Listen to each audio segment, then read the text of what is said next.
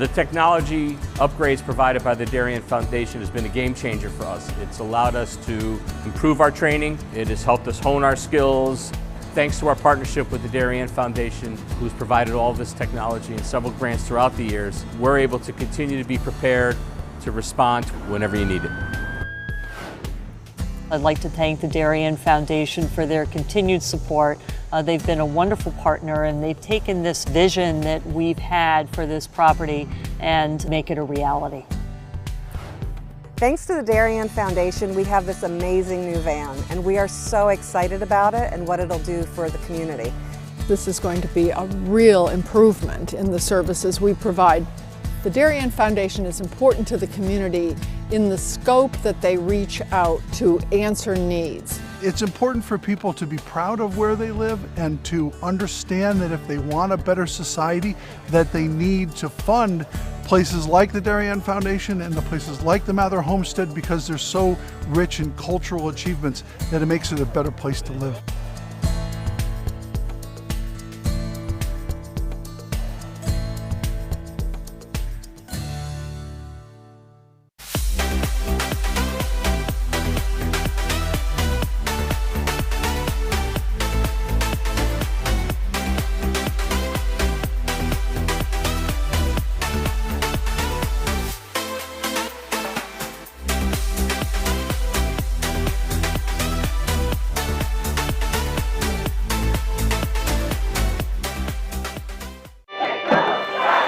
Celebrating and supporting Darien athletes.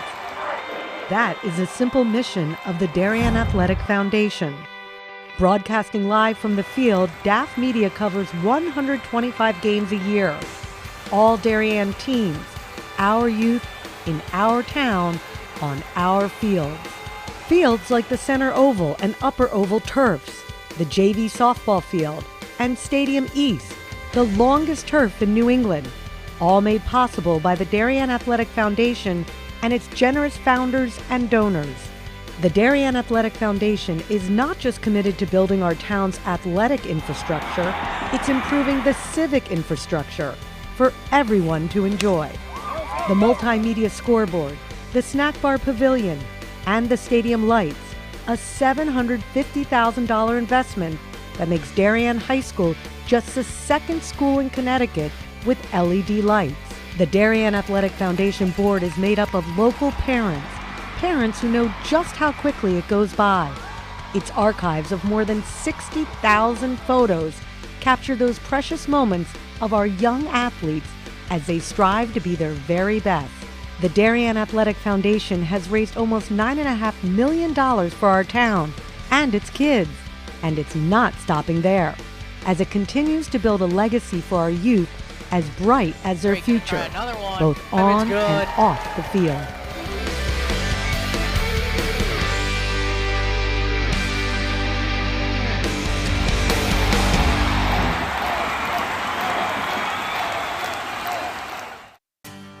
This is David Genovese, founder of Corbin Cares. Corbin Cares Phase 2, in partnership with the Darien Foundation, was launched to support the people who support Darien. Corbin Cares partnered with the Darien Foundation to thank essential workers, teachers, police officers, firefighters, EMTs, town employees, and postal workers who stepped up during the pandemic.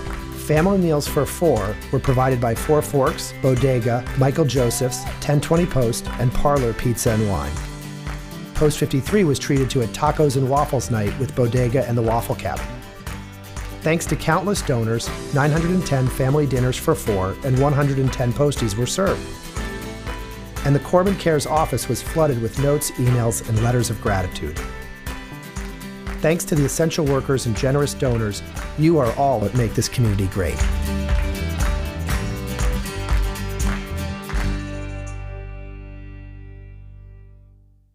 We are DAF Media, Darien's hometown source for sports, arts, and entertainment, established in 2017. We Are Community, a volunteer-based organization that gives nearly 50 Darien.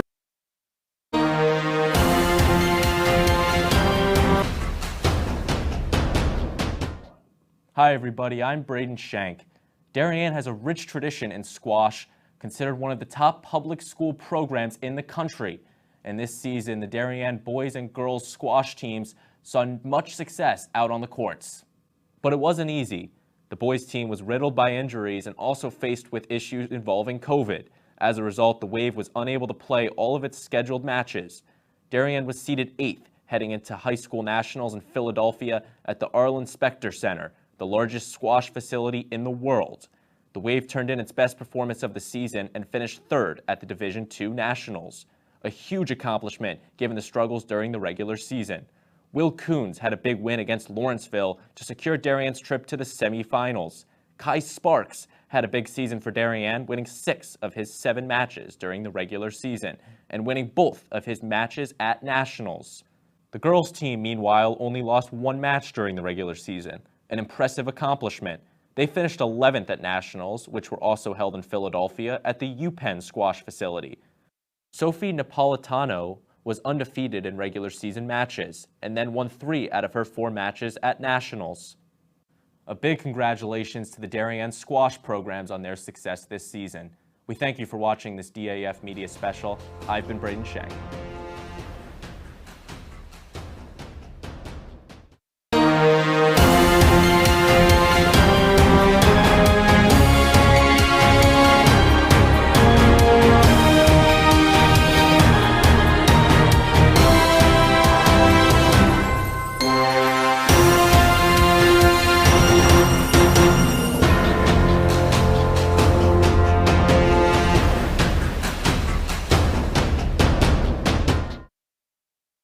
The top 2 boys lacrosse teams in the state of Connecticut go to battle this afternoon live on the DAF Media Network from the stadium field on the campus of Darien High School on this absolutely picture-perfect day. The Darien Blue Wave hosts the defending state champion Ridgefield Tigers. Pleasant good afternoon, everybody. Braden Shank joined alongside me, the former Duke Blue Devils star lacrosse player Jim Book. And Jim, Darien ranked number 1 in the state, Ridgefield number 2. What do you think we're going to see this afternoon? Well, for one, I think you said it. I mean, finally the first day of spring, it feels like. It was a beautiful day, beautiful weather, a lot of anticipation around this game. I mean, you know, Darien and Ridgefield over the last 10 years really has become a marquee matchup in the state of Connecticut every single year. So this will no doubt be a great game. It was indeed. Last year they met in the FCIAC semifinals. The Blue Wave took that one en route to their 18th all-time FCIAC title. We're now going to take a look at the coaches in this one. First starting with the Ridgefield Tigers, their head coach Roy Colsey celebrating his 200th career victory on Saturday. The team took down Rye, and on the Darien sideline, interim head coach, or taking over the head coach duties rather today, Chris Segreta, head coach Jeff Braymeyer back in attendance today for the Blue Wave sideline. Yeah, I think we're about to do the national anthem, but yeah, Coach B, very happy to see him here today, sitting in a golf cart. We'll talk about that later, but the boys are very fired up to see him here today. Yeah, we're now going to send you to the PA announcer, Anthony Sweeney, with the opening announcements and national anthem in this one. Assisted by Jim Philbin, Chris Reinhardt, George Riosecco, and Andrew Seven. Starting lineups for the Tigers. Number 3, Ryan Colsey. Number 4, Luke Winkler. Number 5, Christopher Reinhardt. Number 10, Cruz Meyer. Number 13, Kyle Colsey. In goal, number 17, Matt Shepard. Number 19, Christopher Loretani. Number 20, Declan Corbin. And number 25, Mike Dow. Starting today for the Blue Wave, led by head coach Jeff Braymeyer, assisted by Connor Kelly, Chris Segreta, and Greg Lewis. For the Wave today, number 3, Matt Minikis. Number 4, Porter Barnett.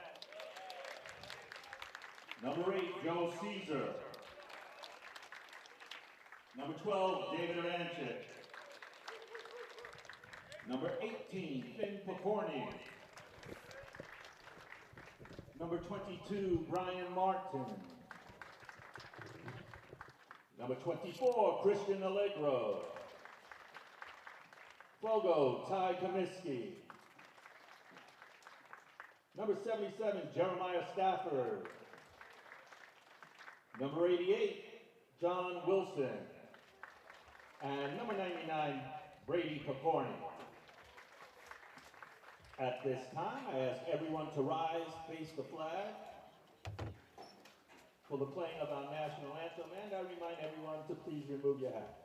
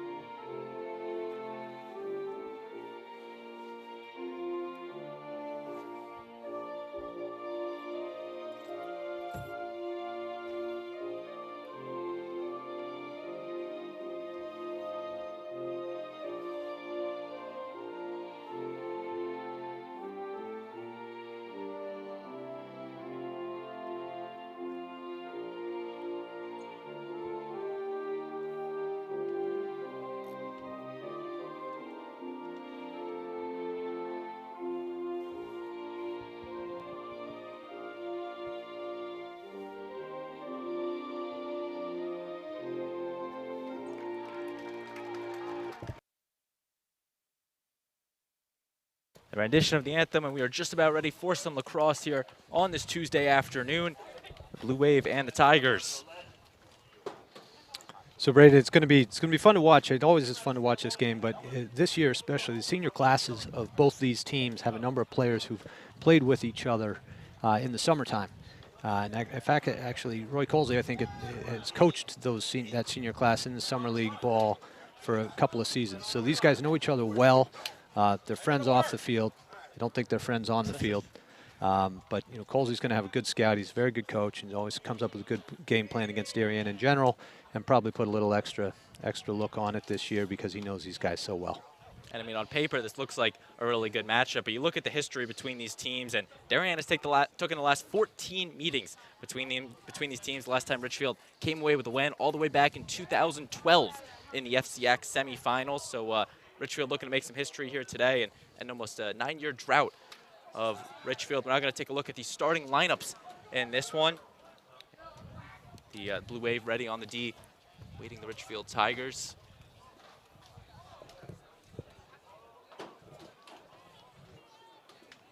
And the Blue Wave starting attack right there. Barnett, Minikis, Brady Picorni.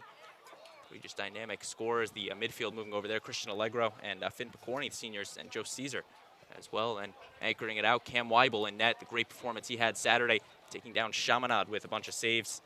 And the rest of the Darien starting lineups. And now we're going to shift over to head coach Roy Colsey's Ridgefield Tigers and his starting 11. Tobin and his two sons, Ryan and Kyle Colsey, both great seasons last year.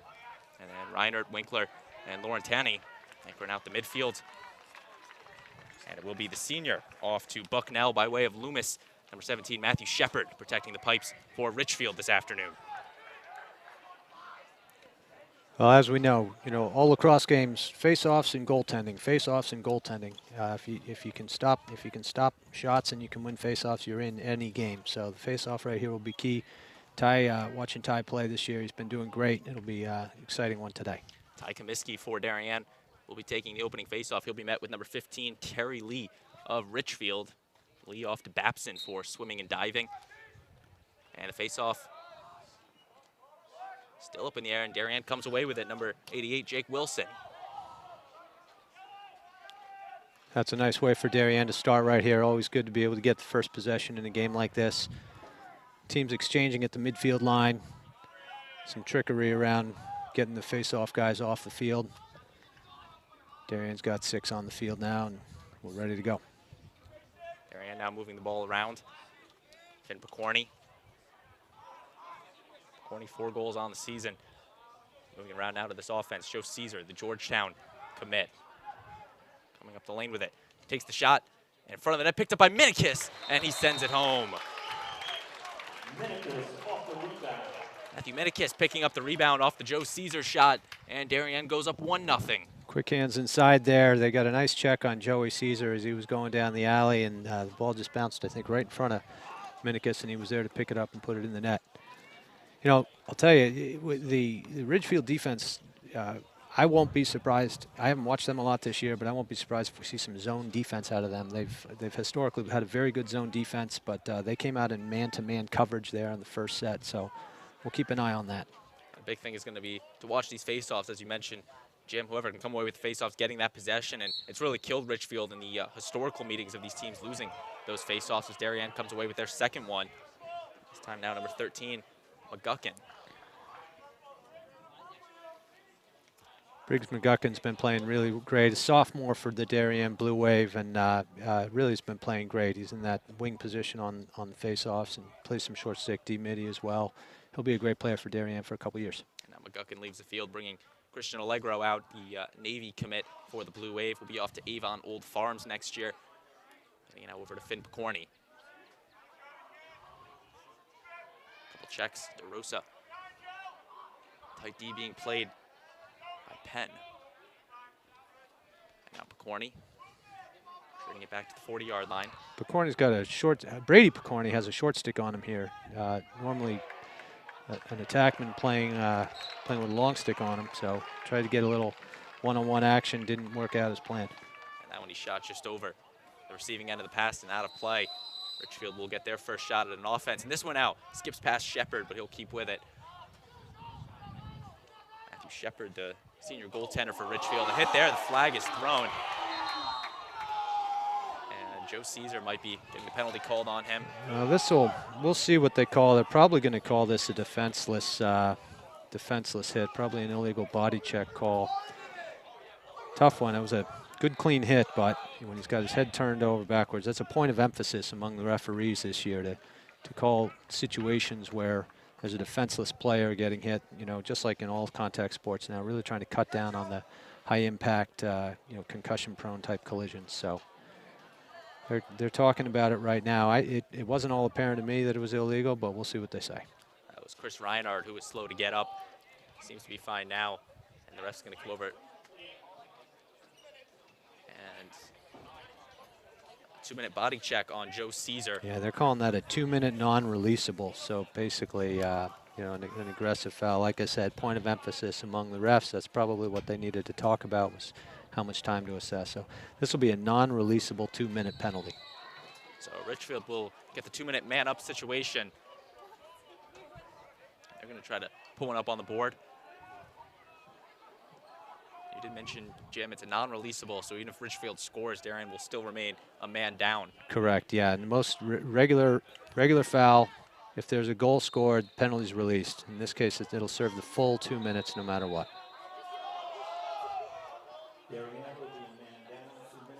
And the shot there just goes out of play. We'll be staying with Ridgefield. Colsey, this time Ryan Colsey, moving it around.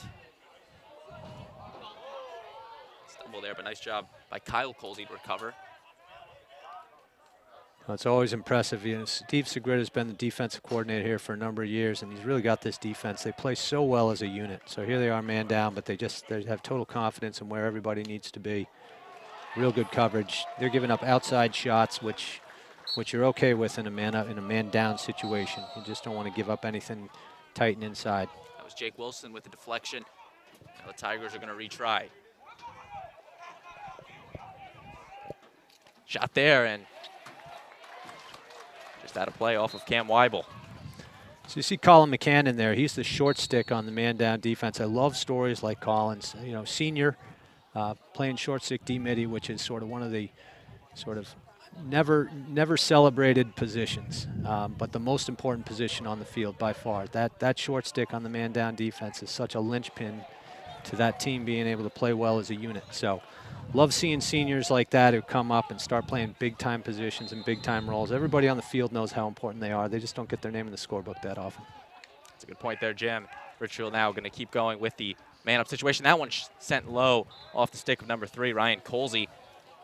Colsey had 5 goals in Ridgefield's opener against Fairfield Prep. He was looking to pick up his first in this one. Ridgefield now moving around. Kyle Colsey at top, getting it to his brother. Right back to that Colsey connection. Sends this one high, out of play, staying with Ridgefield. Winkler on the restart. Sends a shot, bouncing it, and out of play. That time it was Laurentani close to the ball, so staying with Ridgefield. Jeremiah Stafford, 77. He's so quick, so quick. We're back to even strength, by the way. And that one wide. Jeremiah Stafford's so quick. He's able to get his hands on that. That guy's stepping in, take a quality shot, but he's so quick in closing. He gets a good check on him, and the shot goes errant. Teams are even strength again. So it's now 6-on-6 once again. This is Colsey behind the net at X. Trying the wraparound, sends it high of Cam Weibel. Jim, we mentioned on Saturday, Cam Weibel standing tall at 6'3", and it's just an intimidation to any opposition trying to put a shot up on him. I'll tell you, he's a big goalie, moves well, and he takes up a lot of space in goal. And man, I've seen him get hit with a lot of rubber, and he doesn't flinch. And that's the thing, is you look at the net, and his head goes over that top crossbar, so they really can't go high on him. They need to find new ways to score on him. And so far, Ridgefield has not been able to do that. This time sent off of Cam Weibel. Good shot there from Laurentani. It was a good possession for Ridgefield. Noted they had the 2-minute man up, but even still, they've been able to maintain for a long time. Yeah, Ridgefield going to stay with it now. They've just been taking shot after shot, not been able to find the back of the net, but they're going to keep shooting. Reinard.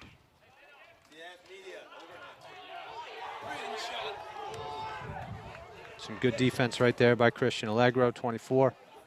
He's a big kid to try to get around right there. He covers a lot of range, and he plays very good defense. Yeah, he's got a ton of good defenders there. That's Ivanchik. A little bit more aggressive, but he'll be staying with Ridgefield.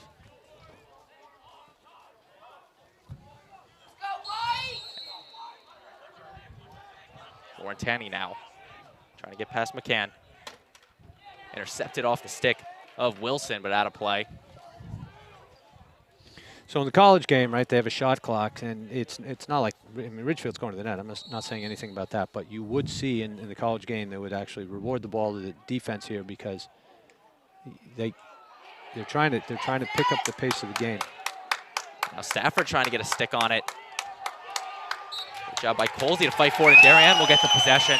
So they survive a long possession from Ridgefield, and now Allegro with the quick restart. Yeah, that's big. I'll tell you, being able to hold on and not give one up there, that was some great. And that one is in. Christian Allegro. A big goal for the Blue Wave, and they go up 2-0. Yeah, I was just going to say, the fact that they got out of that without giving up a goal there on a very high-quality Ridgefield possession, then come right down and stick it in the net. I'll tell you, that's a big momentum shift right there. Christian is, I just don't know how you stop that move right there. He's a big, strong, fast kid, and he'll go to either his right or his left, and that's just hard to stop. Allegro, his 6th goal on the season, naturally a righty, that time going to his left side and beating Matthew Shepard. And the Blue Wave survive the long possession from Ridgefield, go the other way with the ball and go up 2-0. And now we take you right back to the face-off circle as Comiskey is looking to win his 3rd face-off against Terry Lee. Notice Mac McGarren out there, number 5 at the long stick, playing out on the wing. He normally play down low. I think they something with the roster, with the lineup. I think they've got Mac running long stick midi today. Something about how Coach Segredo wants to match up against Ridgefield. But normally we'd see Mac down low in a close D spot. That's Mac McGarren, the Bucknell commit, just a junior for the Blue Wave. Darien now once again on the offense. Caesar passing it to Minikis. Minikis trying from X to make a way to the net. Slowing it down, getting right back to Caesar. Caesar makes a move now to the front of the cage, bounces it past the stick of Picorni. Ridgefield trying to come away with it. Darien That's will. A great ground ball. Porter Barnett. Great ground ball by Porter Barnett right there. He's been playing great. Barnett now from X. Great pass inside and stopped by Shepard. The rebound, grabbed and put in by number 8, Joe Caesar. No goal. They're going to call a crease violation on the Blue Wave. Darien's got to get back. I don't think they've all recognized that the ball's back in play. Here we go. So Shepard makes the save. It was Caesar picking it up, but going in the crease to do so. And the score remains 2-0. Ridgefield now going to try to use that as momentum. Now keep in mind on the broadcast, I don't know if the viewers can see, the top of the restraining box is at the 30-yard line. It's blue on the side, but there's no color across the top. So that's the top of the box there, 30-yard line. Ridgefield going to move it around. Colsey sends a shot and wide of Cam Weibel. Ridgefield's been going low with these shots so far, not being able to get any success. That will be number 5, Chris Reinhardt. Quickly being pressured by Picorni. That was Martin as well adding to the pressure. Reinhardt now completes the pass. And cutting inside was number 3, Ryan Colsey, unable to find him. Ridgefield stays with it, sends the shot into the back of the net. Number 13, Kyle Colsey with the goal. That's a good take. You know, he put a nice move on, rolled back to his left-hand side, basically shot around the defender right there. Cam didn't get much of a good look at it, but that was in the lower right corner, I think, so good placement on that shot. Kyle Colsey, the sophomore for Ridgefield, his second year at the varsity level. Taking a great shot there past Cam Weibel. Colsey, an all FCIAC first teamer last year. And gets Ridgefield on the board this afternoon. Comiskey and Lee once again. Comiskey so far 3-0, and he will pick up his 4th. I think that's 3 in a row, or yeah, 4 in a row. I think for Comiskey right there on the draw. Oh, well. Actually, a correction on that. Jackson Penn was in for the Tigers to take the face-off. Comiskey still came away with it. Tell you, Comiskey's really just had a great year. I mean, what a great football season he had, and man, he's just big, strong, and fast, and he works very hard to face off X. I mean, you know, those guys, think about that. These high-scoring games, the abuse that the body takes by taking that many face-offs, and you know, he's a workhorse for sure. Intercepted there by Colsey. Ridgefield now coming on the break. The one-on-one and blocked by Cam Weibel. A big save from Weibel. He was going one-on-one with one of Ridgefield's top attackers in Kyle Colsey, and a big stop from the Darien senior. That is a big-time stop and a big-time moment. That's a great save. Cam Weibel, his first year starting for the Blue Wave, taking over the roles from Andy Demopoulos. And he's just done great this season, and a big save. Yeah, Cam, another senior, you know, who hasn't been able to play until this year because of the types of numbers that Darien gets out on the field. And there's those guys every time. I mentioned Colin McCann. You know, Cam, but each year you got seniors who step up in a big-time way for this program. We're now bouncing up into the air. Lakeroad's going to let it go out, staying with the Blue Wave. Good crowd on hand here from Darien Stadium. Darien High School on break, and really all of Fairfield County on break. Shot from Barnett, just high and off the stick of Shepard.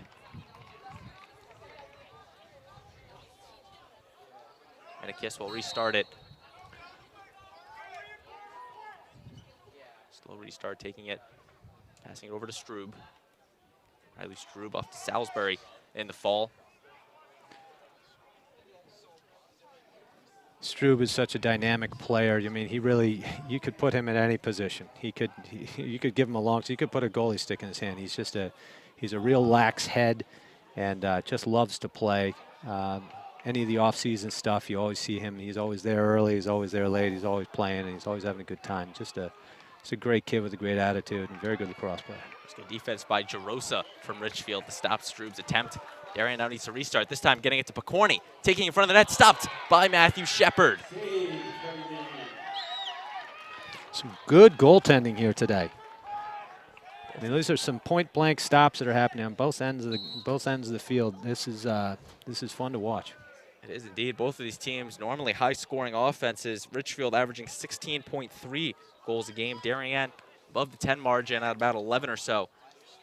That's actually more than that, probably around 15 goals a game. Of course, 2-0 on the season. Shot there low and stopped by Shepard. Another big stop. It's a great look for Joey Caesar right there. Placed it down low. I think got it off the shin or off the knee of the goalie. Joe Caesar had a big game on Saturday, 4 assists against Chaminade. This one out to center field, or midfield rather. So you'll notice the Darien player right there is able to shovel the ball back. The rule is that if the ball was to go over the line, it's an over and back call, similar to what you have in the backcourt call in basketball. But if the defender reaches over and can goose the ball back onto the offensive side without the ball actually crossing the plane, it can stay in play. And now Ridgefield, the Bogstad midfielder Michael Dowd, getting it over to the offense. Reinhard. Winkler now. Luke Winkler, the 3-star commit, off to Lehigh in the fall. Getting it right back. Reinhard takes the shot in wide, staying with Ridgefield.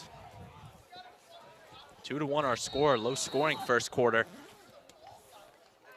And this one sent in, the wraparound from Ryan Colsey, and we're knotted up at 2. Interesting. I don't know if that was a breakdown on defense by Darien or if they just didn't slide because they didn't feel like the defender was beat. But he had about a half a step and just able to extend his hands, dropped his stick, got the goalie down low, and tucked it back up underneath the crossbar. Number 3, the senior captain, Ryan Colsey, with the goal for Ridgefield. His brother Kyle scores, and he puts one up. So the Colsey household, both with a goal tonight. Yeah, defender's in pretty good position there. Just he's able to get his hands free and tuck it up under the crossbar. It's a good shot. Jackson Penn and Ty Comiskey right back for the face-off. So far, Comiskey has been unstoppable, and he picks up his 5th win. 5-0. Yeah, that's he's doing great today and working hard. Yeah, that's a key. If you can just get the ball back every time there's a goal, that's a huge advantage for Darien. Darien setting up for that last possession. 10 seconds left in front of the net. But Corney goes behind the ped, and Shepard makes the stop all the way downfield, looking for the Hail Mary. Got about 2 seconds left here. And it's capped by Colsey, but not enough time. And that will take us to the end of the first quarter. We are tied at 2. Jim, what did you see in the first quarter? Well, I'll tell you, but both teams had some real high-quality looks on offense. Both teams definitely attacking and definitely getting good looks, some big stops. I think Ridgefield missed the net a number of times. I probably wish Colsey's probably going to need to have a conversation at the dinner table with a couple of his kids about hitting the net. But, there were some quality looks and then some big stops. You obviously saw that big stuff from Cam, and then, a great series by the Ridgefield goalie late in the quarter there. Darien, trying to build a little bit, and he makes 4 stops. Next thing you know, they come down and get another goal. So guess what? We're locked up at 2. We're tied up at 2. We're going to take a short commercial break and be right back on the DAF Media Network. The technology upgrades provided by the Darien Foundation has been a game changer for us. It's allowed us to improve our training. It has helped us hone our skills. Thanks to our partnership with the Darien Foundation, who's provided all of this technology and several grants throughout the years, we're able to continue to be prepared to respond whenever you need it. I'd like to thank the Darien Foundation for their continued support. They've been a wonderful partner, and they've taken this vision that we've had for this property and make it a reality. Thanks to the Darien Foundation, we have this amazing new van, and we are so excited about it and what it'll do for the community. This is going to be a real improvement in the services we provide. The Darien Foundation is important to the community in the scope that they reach out to answer needs. It's important for people to be proud of where they live and to understand that if they want a better society, that they need to fund places like the Darien Foundation and the places like the Mather Homestead, because they're so rich in cultural achievements that it makes it a better place to live.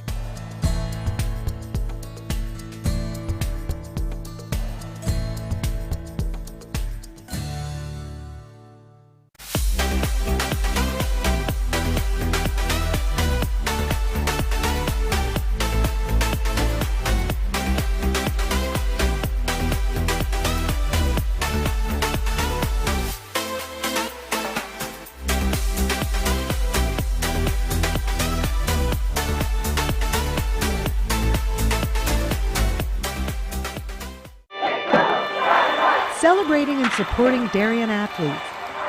That is We're back here on the DAF Media Network. Start of the second quarter. Braden Shank and Jim Buck with you. So glad you could be with us. It's always fun, I'll tell you. You guys do such a great thing here at DAF Media. I wish everybody could understand the effort that goes into this. I love the van out front that I see when I pull up, but I don't know how many people you got here. 8, 9 committed during vacation week, you said, right? This is Darien Vacation Week. I love it. I love it. And you guys did, I think you did 2 games last week. You had Chaminade, and then you had a girls' game later in the day. It's just a very impressive operation. We really appreciate it. Of course, we enjoy coming out here and streaming these games. Our production crew this afternoon, Justin Herron, Hugh DeMarc, Cole Murphy, Dalton Moss. The shot there, and that is in by number 99, Brady Picorni. And Darien breaks the 2-2 tie. While that was going on, I realized, probably should have mentioned, they jumped into that zone defense, that Ridgefield zone defense. So Darien recognized it right away. You know, I think they've seen enough of it over the years. Gives them enough nightmares that I think they got a pretty good plan to attack it. So they were able to get one there. It's a nice look. Comiskey and Lee right back to the face-off. But as I was saying, our production crew this afternoon, all student volunteers from Darien High School, Justin Herron, Hugh DeMarc, Adam Nelson, Colin Moody, Cole Murphy, Harrison Bell, Dalton Moss, our DAF Media Advisor, Damian Andrew, working to bring you this live coverage of Varsity Boys Lacrosse on this Tuesday afternoon.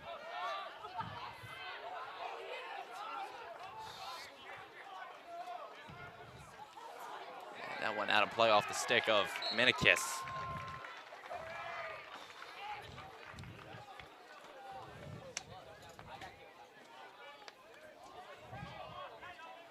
Ridgefield will restart it. Number 10, Cruz Meyer, my apologies. Long stick midfielder over to the other long stick midi, number 27. We got the Darien defensive midfield unit out there. Alec Medwar, senior, going to Trinity to play football, I believe. That's correct. And Patrick Thurlow out there, also a senior. I think he's out there. Yep. Patrick, I believe, is headed Shot is in. Number 5, Chris Reinhard, ties us up at 3. Yeah, it was a good shot. Big strong move.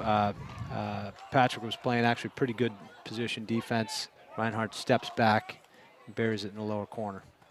Take another look at it from behind the net. Good defense by Thurlow. The shot just going low on Cam Weibel. And the junior Tiger ties us up at 3.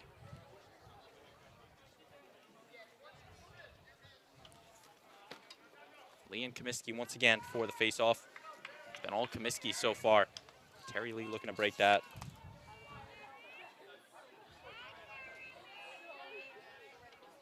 Comiskey off to Lafayette for Lacrosse. Once again, Lee off to Babson for swimming and diving.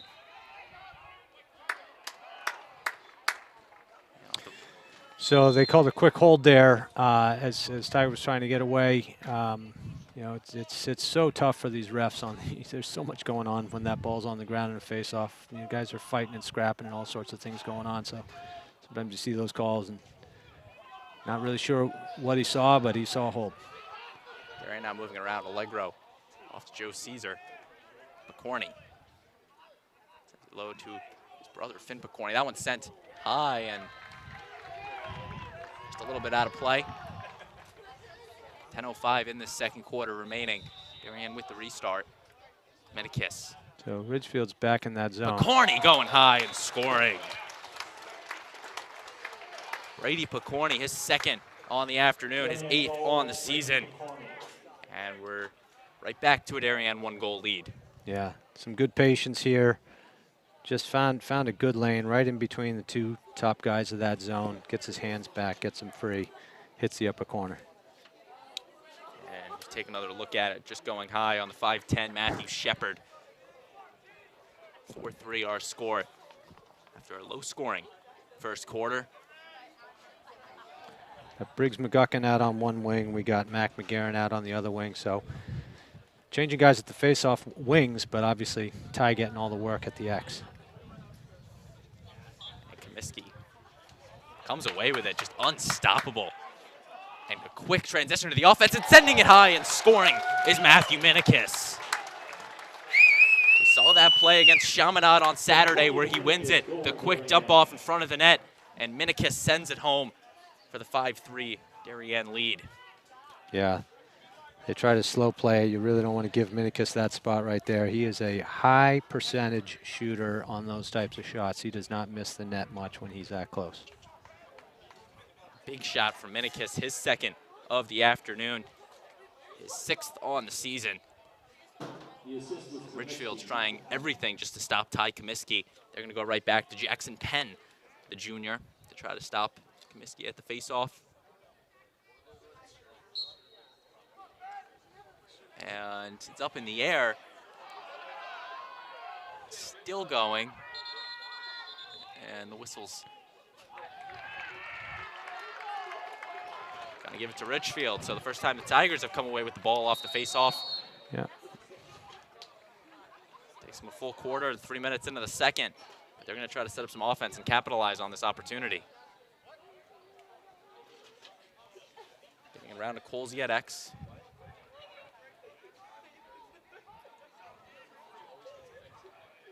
Colsey now trying the wraparound. He's going to retreat it over to Winkler. Shot there and sends it right past Cam Weibel off the stick of number 5, Chris Reinhardt. Reinhardt is second of the afternoon. Reinhardt gets in a good position there, gets his hands back, places that on the offside. Excuse me. I think it was actually on the stick side of just short-sided Cam a little bit here. Look at it, a great feed from Colsey, actually Winkler with the assist, and that's one Cam wishes he had back. You know, he's in position there. You never think somebody's going to shoot it right at your stick, and you know he basically moves the stick out of the way as the shot was released. Comiskey trapping the ball, trying to flip it up to himself, and getting shoved to the ground. Ref's got a play on call here. The ref puts his hand in the air, basically says play on, meaning he doesn't want to take the momentum away from Darien, who came up with the ground ball there. So it's a play on call. See the ref extend his hand. Darien comes up with the ball. He'll lower his hand, and the game and the play resumes. If the ball was not picked up cleanly, they'd blow the whistle and would have awarded it to Darien. Comiskey comes off the field, the Fogo for the Blue Wave. Of course, the face-off and the get-off. Now Picorni takes the shot and just passed Matthew Shepard out of play, staying with the Blue Wave. Allegro with the restart.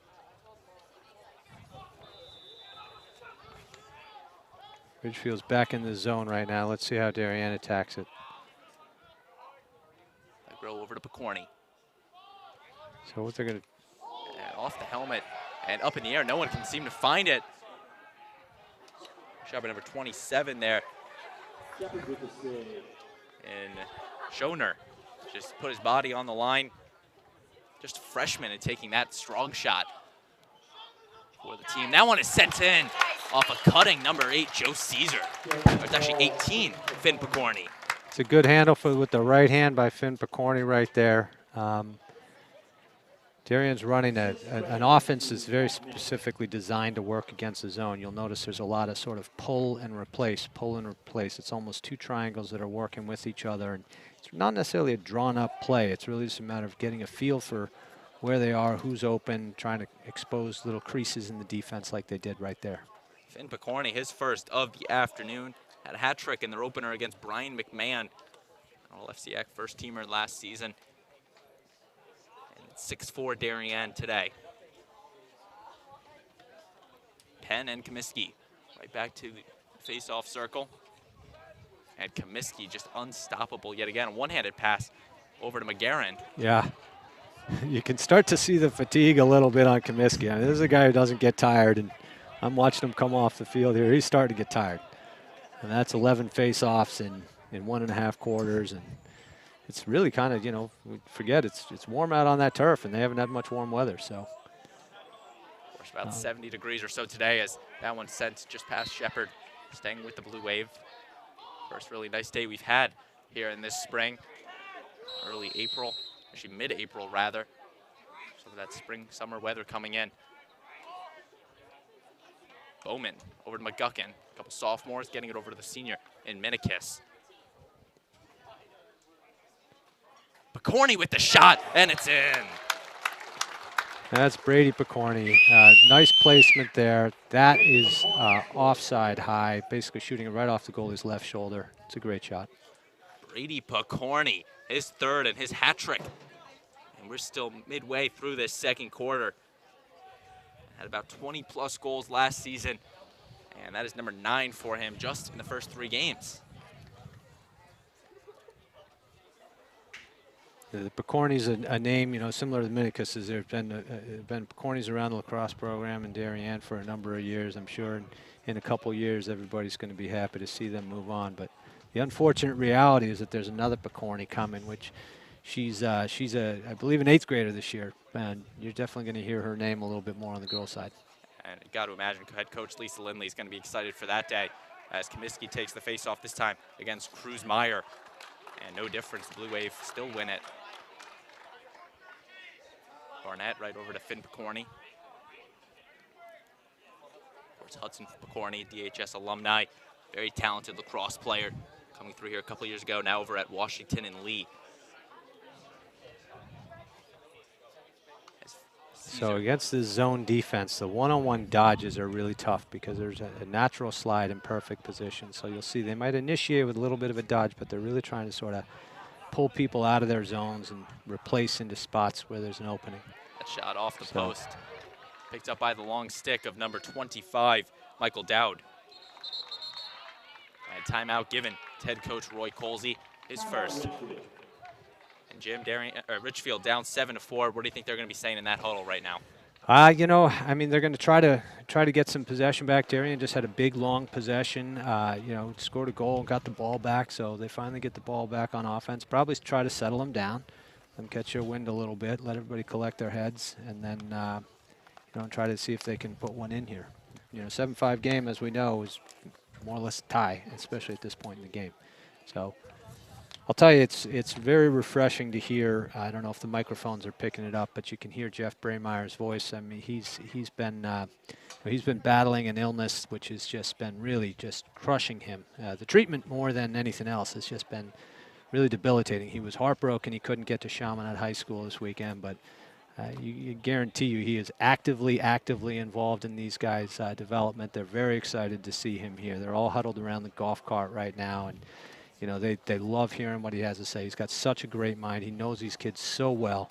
He's so vested in them and vested in this program. And, you know, when he can come out, and there's just a distinct sound to his voice. My son jokes about it all the time, about a certain pitch that you hear out of Jeff Braemeyer, and everybody hears it. He doesn't have to talk too loud.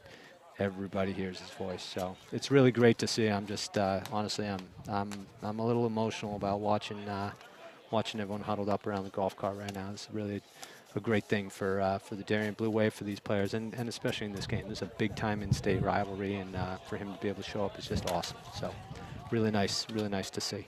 It's a nice touch. Head coach Jeff Braemeyer in his 39th year with Darien, so a long time he's been coaching this team and has brought him great success, one of the only coaches that this team has really seen. And you know, you also got to look at it from the other standpoint. Chris Segreta getting that head coach experience, really kind of making him a better coach and coaching this defense maybe for more of a little head coach style of view, which is something that many sidelines don't see, having that two head coach mentality. Absolutely.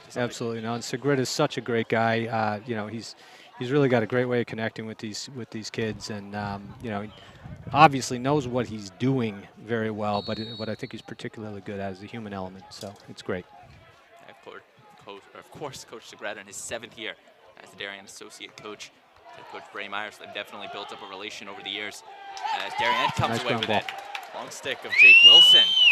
Tell you what.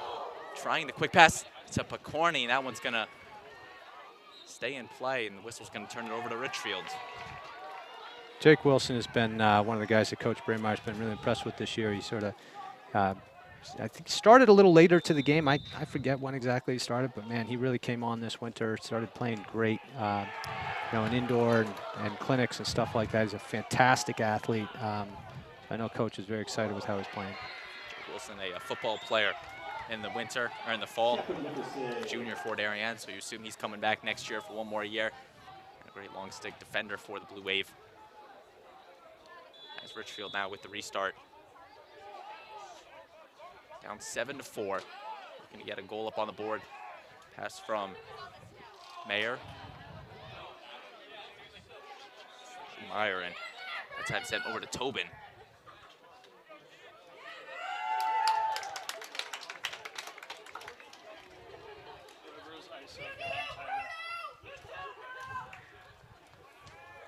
Ridgefield moving it around.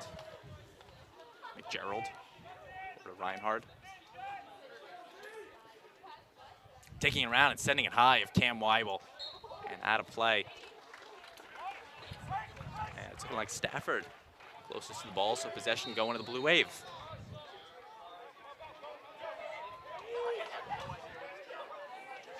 Hustling up with it is Thurlow, using some of that hockey speed. Turning it over to the offense now, Caesar. And a flag is thrown.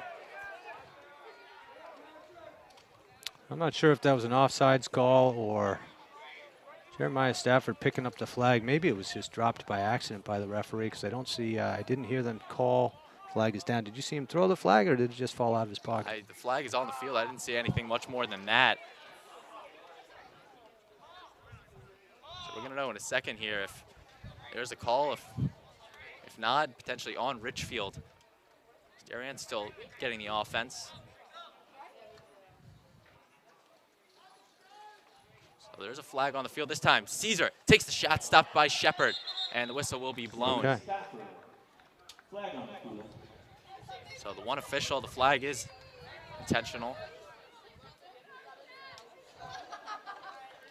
That's an illegal body check call or unnecessary roughness, same difference. I didn't see it. Like I said, I saw Jeremiah Stafford pick up the flag, so I assumed maybe the ref just dropped the flag, but there we go. So 1 minute penalty, man up situation for Darien. So Darien will get the man up situation as number 3, Ryan Colsey, will head to the box. So Ridgefield's got to play the next minute. Trying to defend the net. Darien, you're just looking for that perfect opportunity.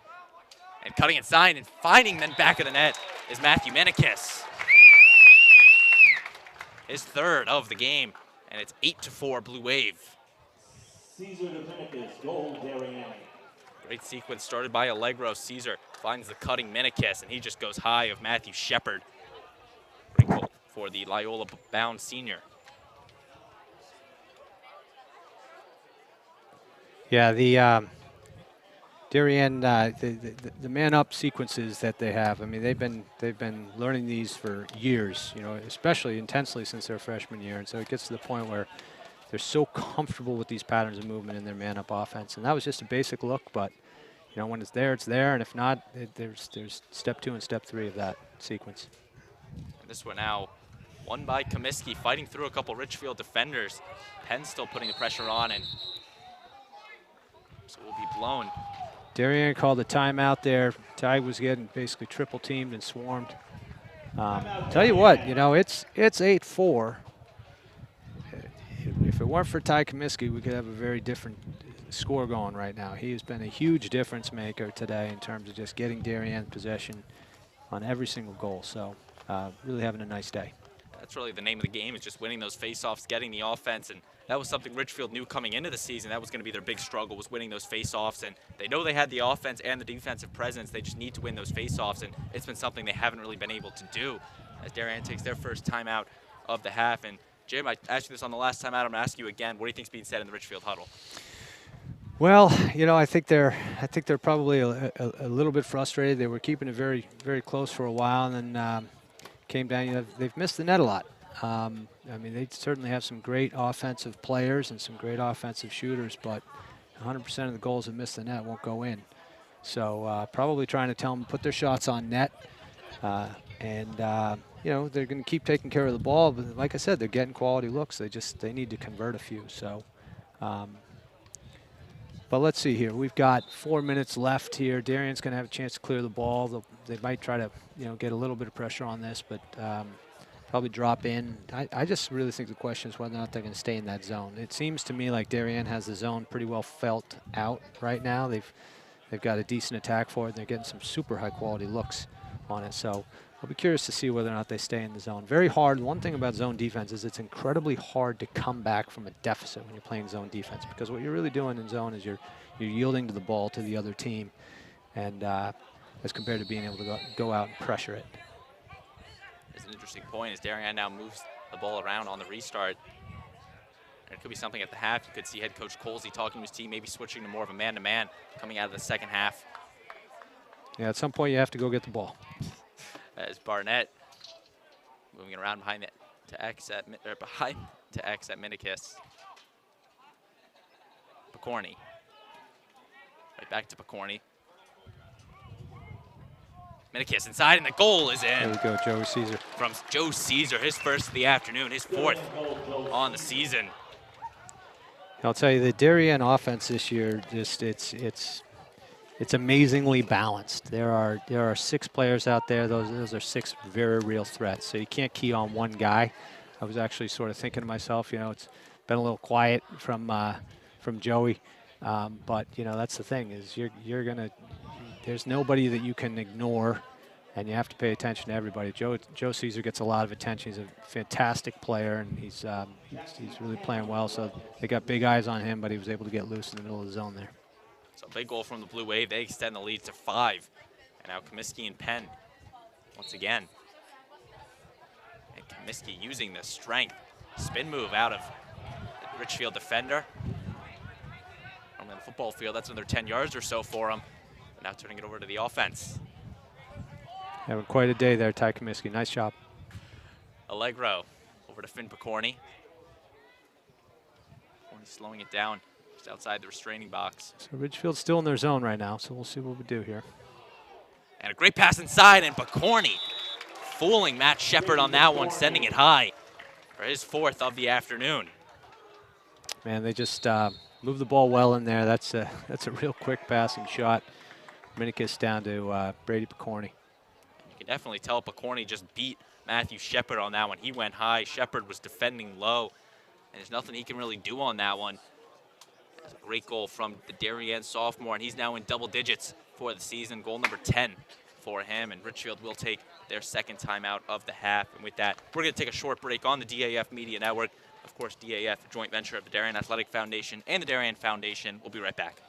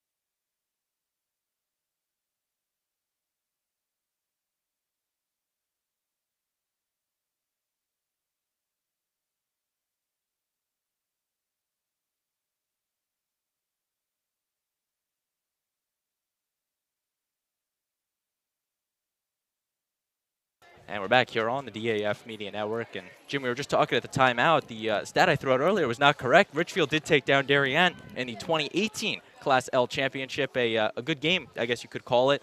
But so 2012, throw that one out the window. 2018, the last time Ridgefield beat Darien. Put it this way, the reason I remember it is because that zone really gave Darien fits. So when we're seeing it right now, you know, they've been working on playing against this zone every time they see Ridgefield. So it's not call it a point of emphasis for the Darien Blue Wave. Is, you know, Ridgefield plays a different type of zone than a lot of other teams. It almost looks like a little 2-2-2 zone here, and it's good. They're very effective with people, but I think Darien spends a lot more time working on it than they used to, put it that way. But Corny now, and this one's sent wide. And that was a game that Darien entered as the 4-time defending state champion, was looking for the 5-peat, and just not a good day for them at Castle Grand Field on the campus of Brian McMahon, as Ridgefield took it 9-8. Yeah, well, those are the games when, again, face-offs, goaltending, a couple bounces here, a couple bounces there, and they put together a great game plan against Darien that year and took it home. And now this one picked up by Shepard. I think I still have it right, but Ridgefield has not beaten Darien in the regular season since 2009. Yeah. So Darien's had a nice little stretch in the regular season, that is. Of course, they took the state championship in 2018 and that semifinal in 2012.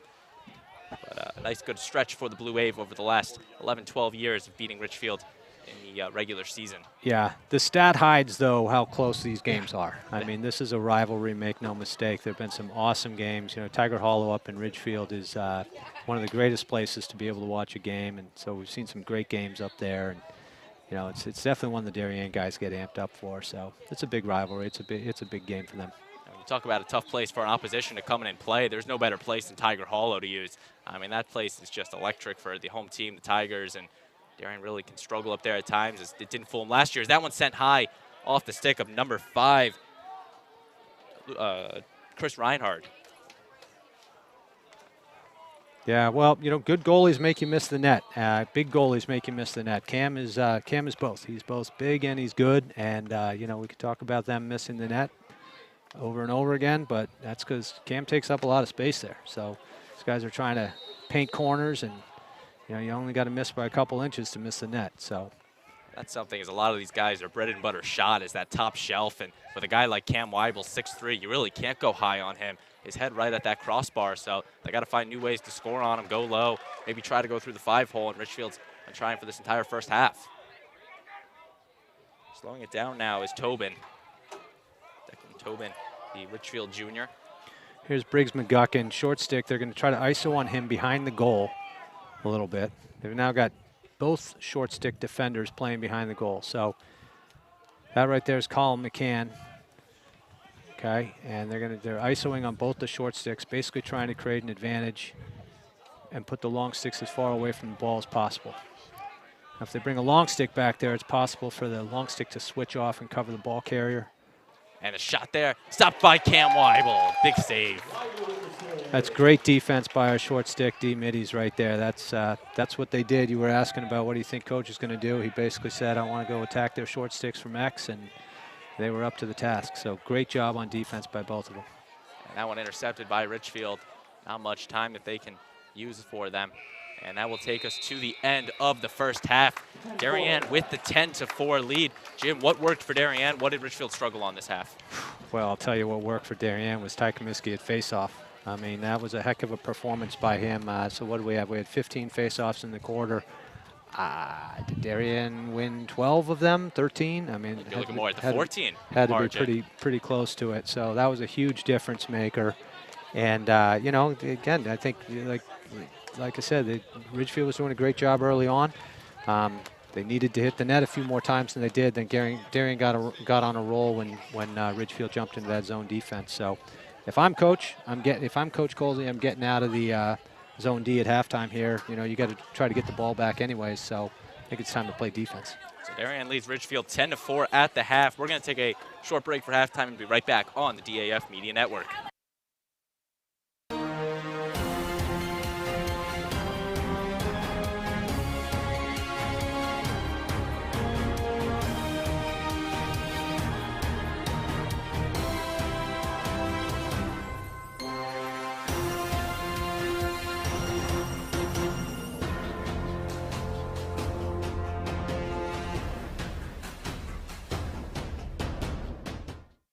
Temperatures are rising, the flowers are blooming, and it is time for high school sports once again in the Nutmeg State.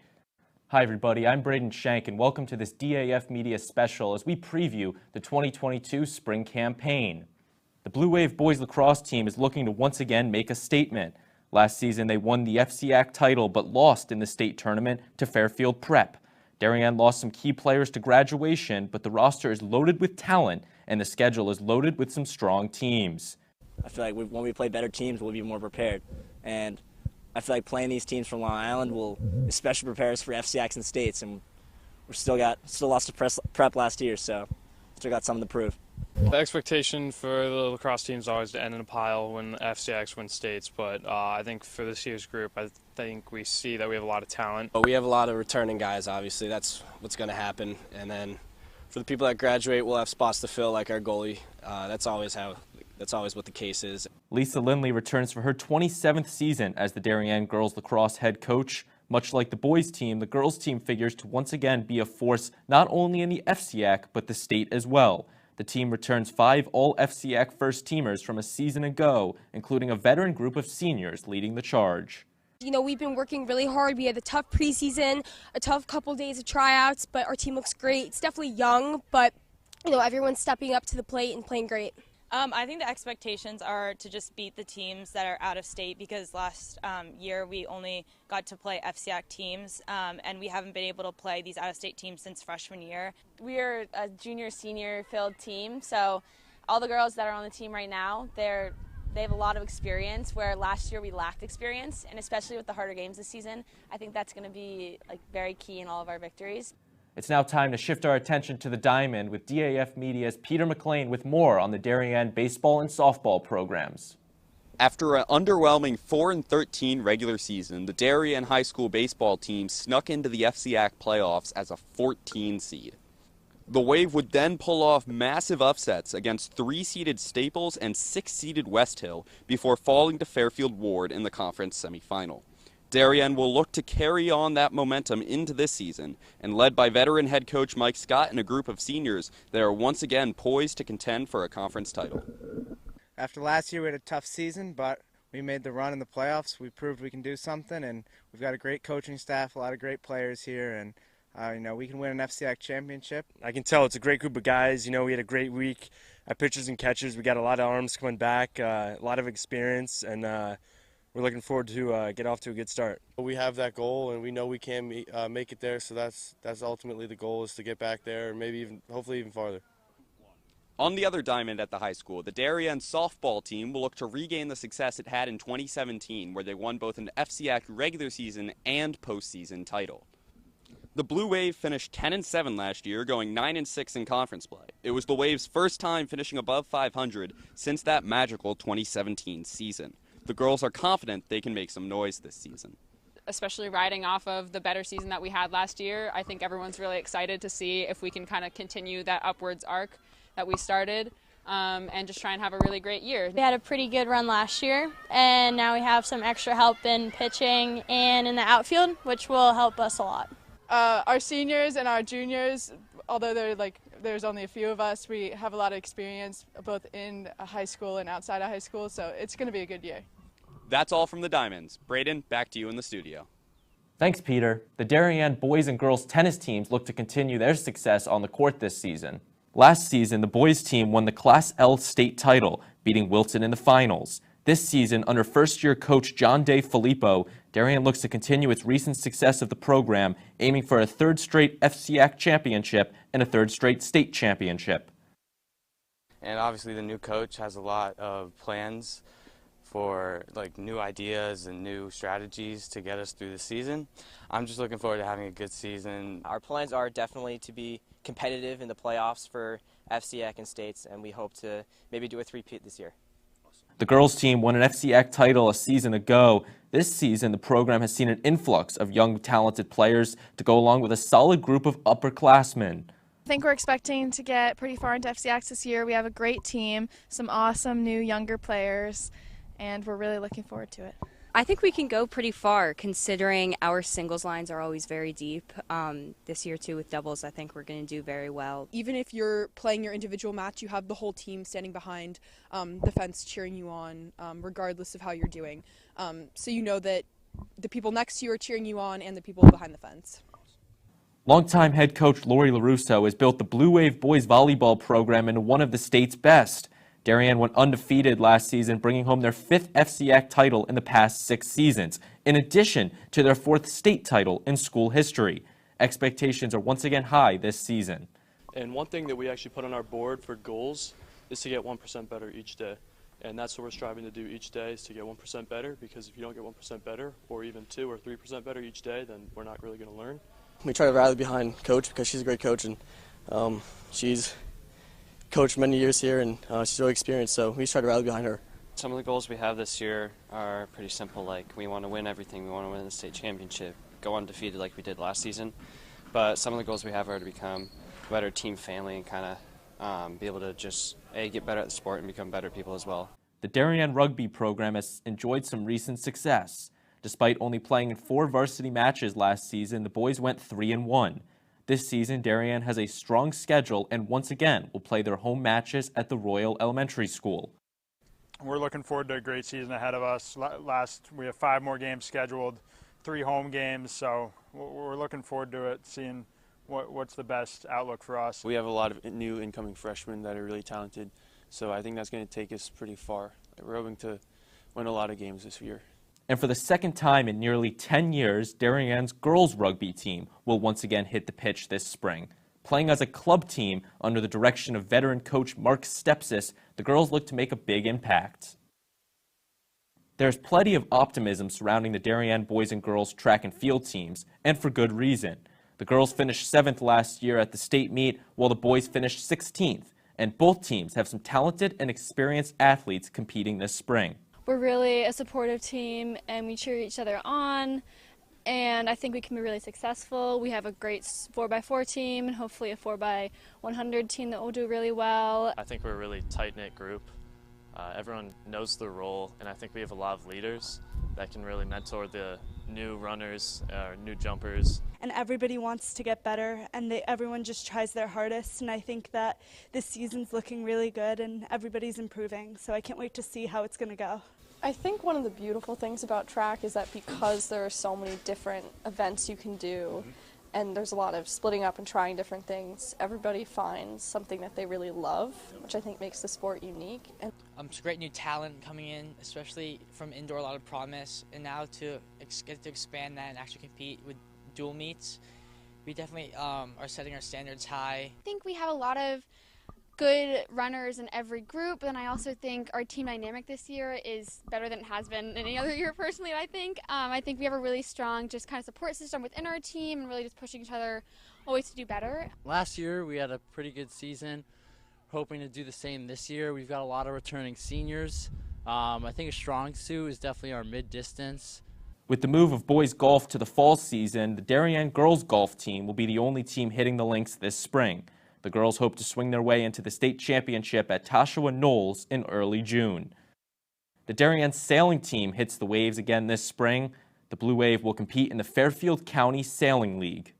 I think we're definitely getting a change with more focus on technique and skill work and boat handling and really perfecting our boats, sailing and boatsmanship. We hope you've enjoyed this DAF Media special.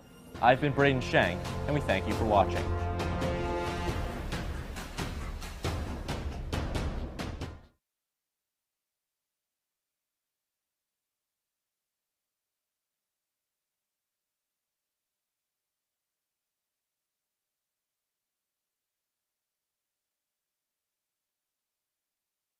We welcome you back to the stadium field on the campus of Darien High School, awaiting the start of the third quarter between Darien and Ridgefield. We're watching this production of the DAF Media Network, a joint venture of the Darien Athletic Foundation and the Darien Foundation, bringing you this live coverage of varsity boys lacrosse here on school break Tuesday afternoon. Face-off's really the big name of the game in the first half. Darien dominating that and dominating the scoreboard, up 10-4 against Ridgefield. Darien, the #1 team in the state, Ridgefield #2, according to the Game Time CT state rankings. Well, one thing for sure you can count on, it's early in the season here. Ridgefield's got a great team, and they play they play a great schedule, so these guys will see each other again for sure. This one is by no means over, but they will see each other again. Ridgefield will be a different team by the end of the season, as all these teams are. Both of these teams play a tough schedule coming down the stretch and really for the rest of the season, both playing Manhasset. And this one's set in front, and Picorni fooling Matthew Shepard once again for his 5th goal of the afternoon. Darien extends the lead to 7. It's a great play. Brady Corney there just feeling the pressure where the pressure is not and finding a little soft spot here. They leave him alone right in front of the net here. Ty finds him perfectly. Nice stick fake. Ty Comiskey with the nice face-off win, turning it over to the offense. Now we're going right back to the face-off circle. It's really been all Darien and Ty Comiskey. And Comiskey loses that one. Penn. Short little pass over to Tobin.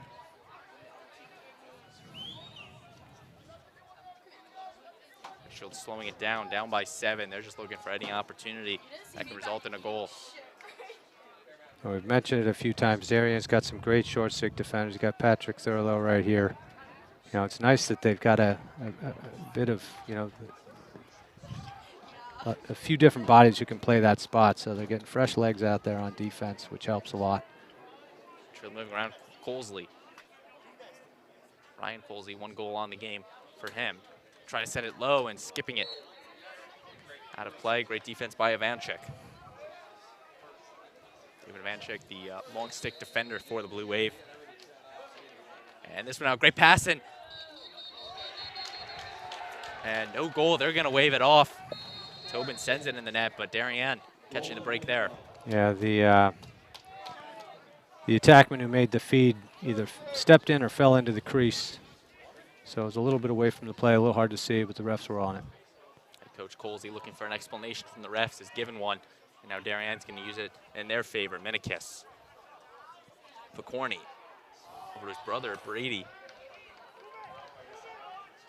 And a good pass there, Allegro. Staying with it and scoring. Christian Allegro fighting through and sending his second to the back of the net. Tell you, he's a large, strong player. That's a real quick move for a guy that size. You know, he's down low and basically tucked his stick, little face dodge to get around the defender. The defender put a body on him, but you're not going to move Christian Allegro too easily, and he was able to stay out of the crease and put it in the net. Christian Allegro, all FCIAC second teamer a season ago, 6'4", a big guy fighting through and setting one in the back of the net. That is his 7th goal on the season. And now Comiskey will be taking the face-off for the Blue Wave against Penn. And Ridgefield trying to dump it off, and it's Ivanchik who will scoop up the ground ball. And go over to Grafton Ely. Ely newly entered into the game. Long stick midfielder. Minikis slowing it down right back to his fellow captain, the Harvard-bound Finn Picorni. Grafton Ely, another example of, you know, great player who's, you know, truly a great player. Just hard to get on the field on this team. You know, so you're going to see him a lot, whether it's more this year or, you know, certainly a lot next year, because he's a great player. There's a lot of teams who'd love to have that guy on his team. Picorni. And a violation on him, turning it over to Ridgefield. And Grafton's got a bright future for the Blue Wave, just a junior. He's got 1 more year. His brother Gardner Ely coming up in the system, playing on JV. Actually playing on freshman this year, so look out for him in the coming years. And another good player. Also getting a look at Will Bonner here, who's out there, number 20. He's a sophomore, long stick midi. Again, a very good player. And fighting with it, that one hit up in the air. The stop by Weibel. Good shot from Winkler. There's now Medwar coming down the wing with it.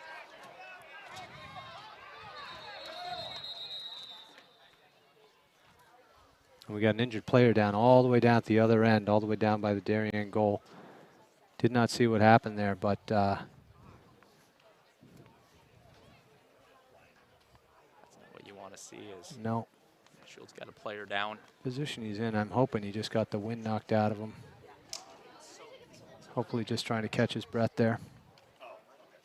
Athletic trainer's going to tend to him, and we're going to take a short break on the DAF Media Network, and we'll be right back.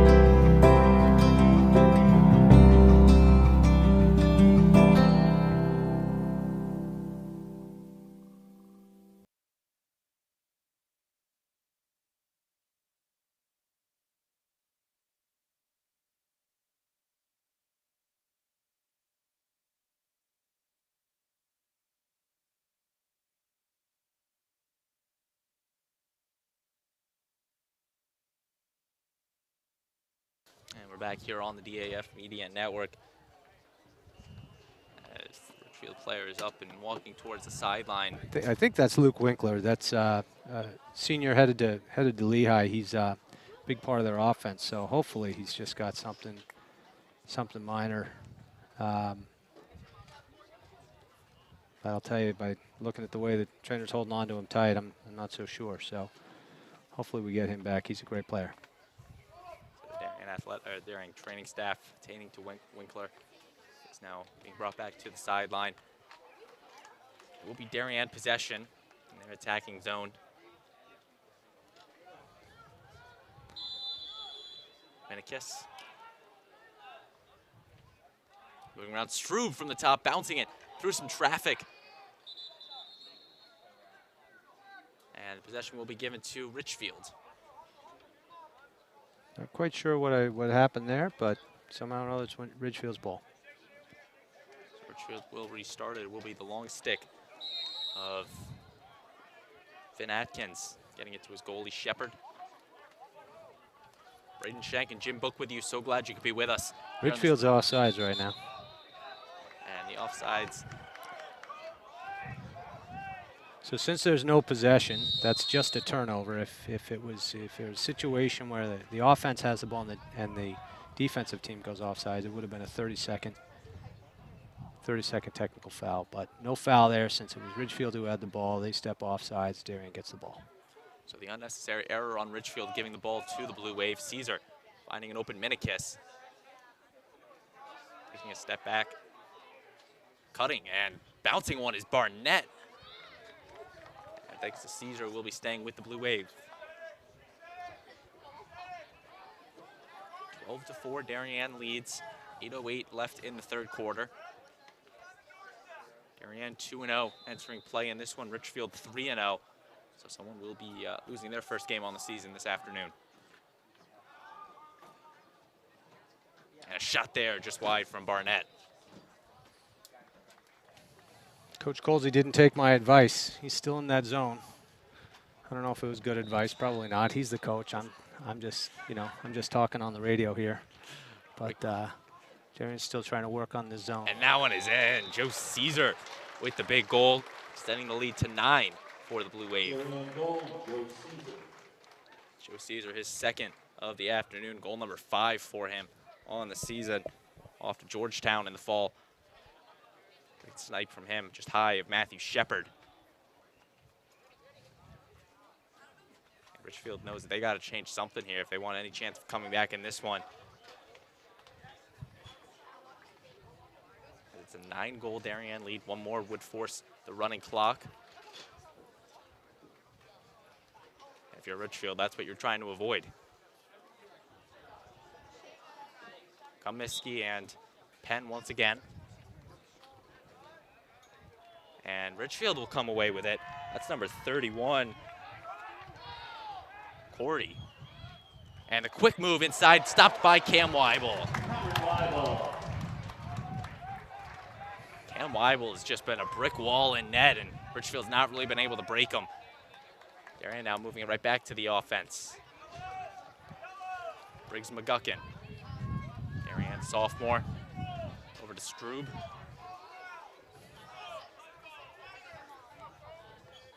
Corney over to Barnett. Barnett, Bowman, and McGuckin. 3 Darien sophomores out on the field right now on the attack. And met with,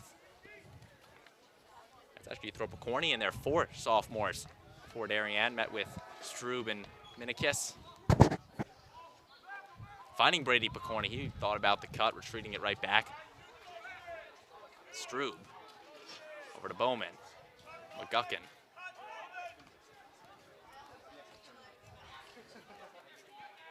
Finding it is Menikis, and he'll be stopped by Shepard.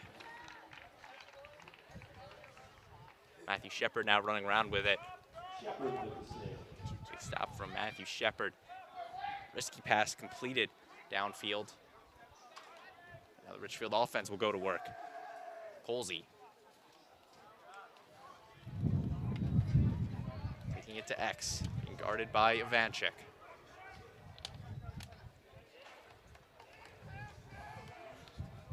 Colsey staying with it, looking for an open guy. Darien playing this tight man-to-man defense. Check there from McCann. They're going to keep him moving this time to McGerald. Ethan McGerald, the senior, off to Quinnipiac for Ridgefield. Gets it over to Reinhard. Reinhard, my apologies. Colsey, 1 goal. This is Kyle Colsey. 1 goal for him this afternoon. Makes a nice move on Stafford. And the long stick of Stafford to the helmet. And there's going to be 2 flags on that one. And the shot there is wide. And the referee's going to come to the scorer's table. We're going to see a penalty on Jeremiah Stafford. Stafford with the slash. And for the next minute, Ridgefield will be the man up, and they're going to look to capitalize. Yeah, his feet tangled up a little bit, sort of had to turn his back on the ball carrier, which you never want to do. He tried to throw a bit of a rusty gate check at him and got him in the face mask. And of course, the long stick of Jeremiah Stafford, he's more prone to than the shorter stick.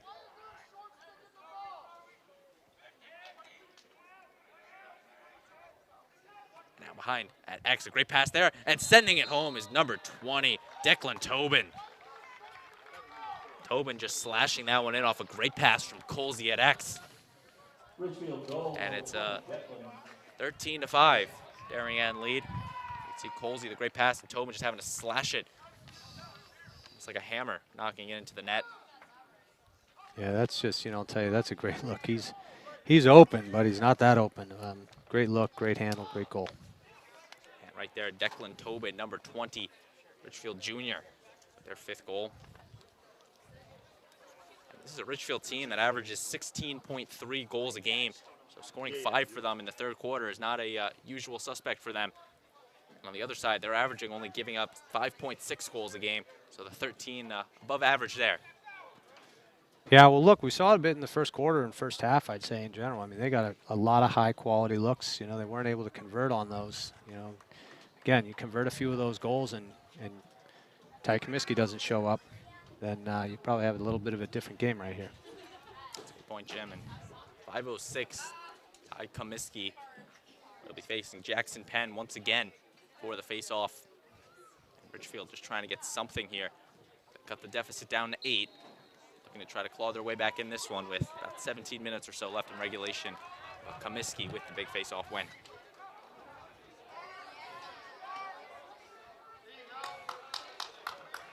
They're just going to slow it down. No rush whatsoever. Finn Picorni. So they're going in 0 here, so it's an open set. So they've got 6 on the perimeter against a 6-man zone. So they can try to stretch the defense out here and see if they can find some seams behind a player. They're moving around Barnett. Finding it to Caesar at top. Finn Picorni. And getting a stick on it was number 25, Michael Dowd. Darien stays with it. They're just going to keep it moving around the perimeter. Of course, no shot clock in high school in the state of Connecticut, at least for high school lacrosse. So they are in no rush. Yeah, everybody seems to think the shot clock will come to the high school game, but it's hard. There's a technology that is required. Basically means every field's got to be set up and capable of handling a shot clock. So I'm not quite sure how soon we'll get there. I think it's great in the college game. Love to see it, but I think it'll be hard to do at the high school level because it's just something, every field you play on has got to be set up with it. And you mentioned the technology aspect of it. The other conversation is in basketball, the shot clock, that coming to Connecticut in 2023. So that is something that is coming, and maybe lacrosse might be a little bit behind it. And even the technology, that simple football play clock, all that is really needed. But something that could still be a mile away. They're offsides again. And another. Yeah. Darien's dropping into a deep zone ride. You'll notice the attackmen are dropping all the way back between the 45 and the 50-yard line. So really in the last 5 yards of the field. And what that does is it creates confusion at the midfield line. So what's happened in Ridgefield is that they've stepped a midi over sort of almost unwittingly because he's just trying to get a little bit behind those riding attackmen, but then he's over the line. They only had 3 back. So Meyer knocks it away and comes away, sending it over to the offense of Ridgefield. Ryan Colsey, 6'3" senior, pressured by the long stick of Ivanchik. Colsey trying the wraparound, bouncing it, stopped by Cam Weibel.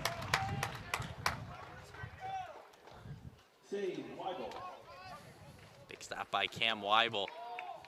Fighting with it, Allegro trying to stay with it. He's going to dump it off, turning it over to Ridgefield. Reinhardt. Shepard. Shepard's going to come out a bit.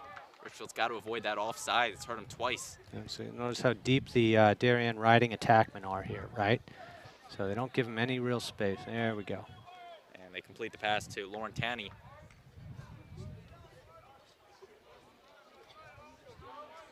Tobin. He gets inside. And great job on the rebound from Colsey, and he sends it wide to the net. Ooh. Giving that ball to Darien, they're basically saying it went out of bounds before the Ridgefield player broke for it. I mean, the goalie was closest, so. And it will be Darien's possession. Darien's getting a little bit sloppy here. You know, we mentioned about the heat, mentioned about, you know, first day when the sun's beating down on you. It's actually hot on that turf. They get a little sloppy. Something it's still early in the season. You still got another 18 or so, not really 18, but more like 12 or so games left on the schedule. You've got to assume weather like this is coming. Now at point X with it is number 5, Reinhardt. See, and when you got Riley Strube now playing short stick D midi. So, you know, we talked about him playing every position. I don't think I rattled that one off, but there he is playing some real quality defense, coming up with a big ground ball. There he goes. Riley's just a dynamic player. You can put him anywhere on the field, and he's going to help you. Darien now slowing it down, but Strube off to Salisbury in the fall. Great job by him to come away with it. Get into this Darien offense. Bowman, sophomore for the Blue Wave. McGuckin entering the zone, quickly getting the pass.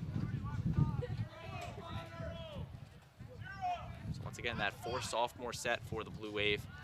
Brady Picorni, Porter Barnett, Briggs McGuckin, Wyatt Bowman, and then the 2 seniors of Strube and Minikis in the attacking zone. Under a minute left in this third quarter.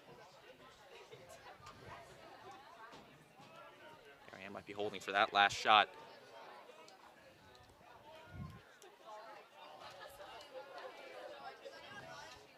Once again, that pass to all 6 guys around the perimeter. It looks like Ridgefield's gone back into man-to-man coverage here. Gotten out of that zone. 18 seconds now, starting to cut in towards the goal. Maybe try to set up that play. McCorney. Getting over to Minikis. Under 10 seconds, now 5.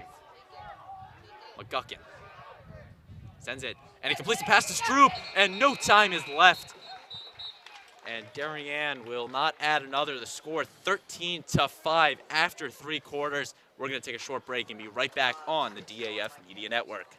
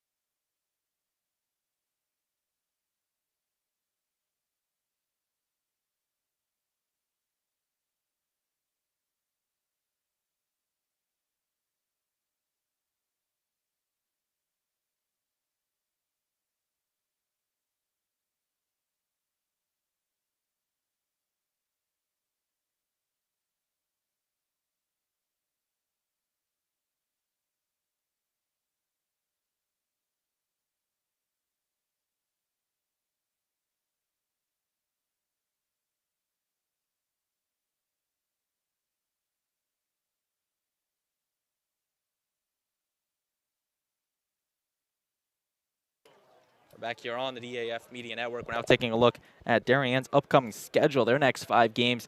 Saturday, a big one for them. They're going to take a trip to Dunning Field and take on the New Canaan Rams. That game will be seen on DAF Media, as well as another trip down to New York as they will take on the Yorktown Huskers. And then followed by 2 home games for them, Staples and Manhasset on the 21st and 23rd, and then Fairfield Ward. Rounding out Darien's next 5 games, of course, Staples, Manhasset, and New Canaan all can be seen on the DAF Media Network. And Darien will be making a goalie change to open up this 4th quarter. Carter Hagan, the freshman, or the sophomore, my apologies. Hagan played the second half of the Brian McMahon game, and he will be coming in net. And Jim, if you're Ridgefield, do you think the goalie change is going to bring any hope to that sideline? Oh, man, I don't know. I'll tell you what, Carter Hagan is a great goalie. He's a sophomore. You know, one of the things that I think is great about, you know, I've watched this team a lot in the offseason. They're really supportive of each other. Seniors are close with the sophomores, and, you know, really I give a lot of credit to Cam Weibel as a senior. He's been incredibly supportive of Carter all the way along. I mean, you know, going to and from winter games, he's driving Carter. They're taking turns. They're covering for the JV team, covering for the freshman team. So, you know, I really. And Penn first shot. And Carter is a very good ball stopper. I'll tell you that. He is. He's going to be a great goalie for sure. Carter Hagan picks up his first save in this one. That one was trickling along the goal line. Darien makes the stop. It's a nice boost to be able to get your first shot on net. That was a high quality shot, and to be able to get a stop there was good. So it's good for him. Especially that quick off the face-off. Penn went all the way with it, taking the shot, and Hagan had no time to react to it. Just had to put the stick to the ball. And now Darien will go on the offense. Finn Picorni over to Minikis. Finn Picorni right back to Minikis.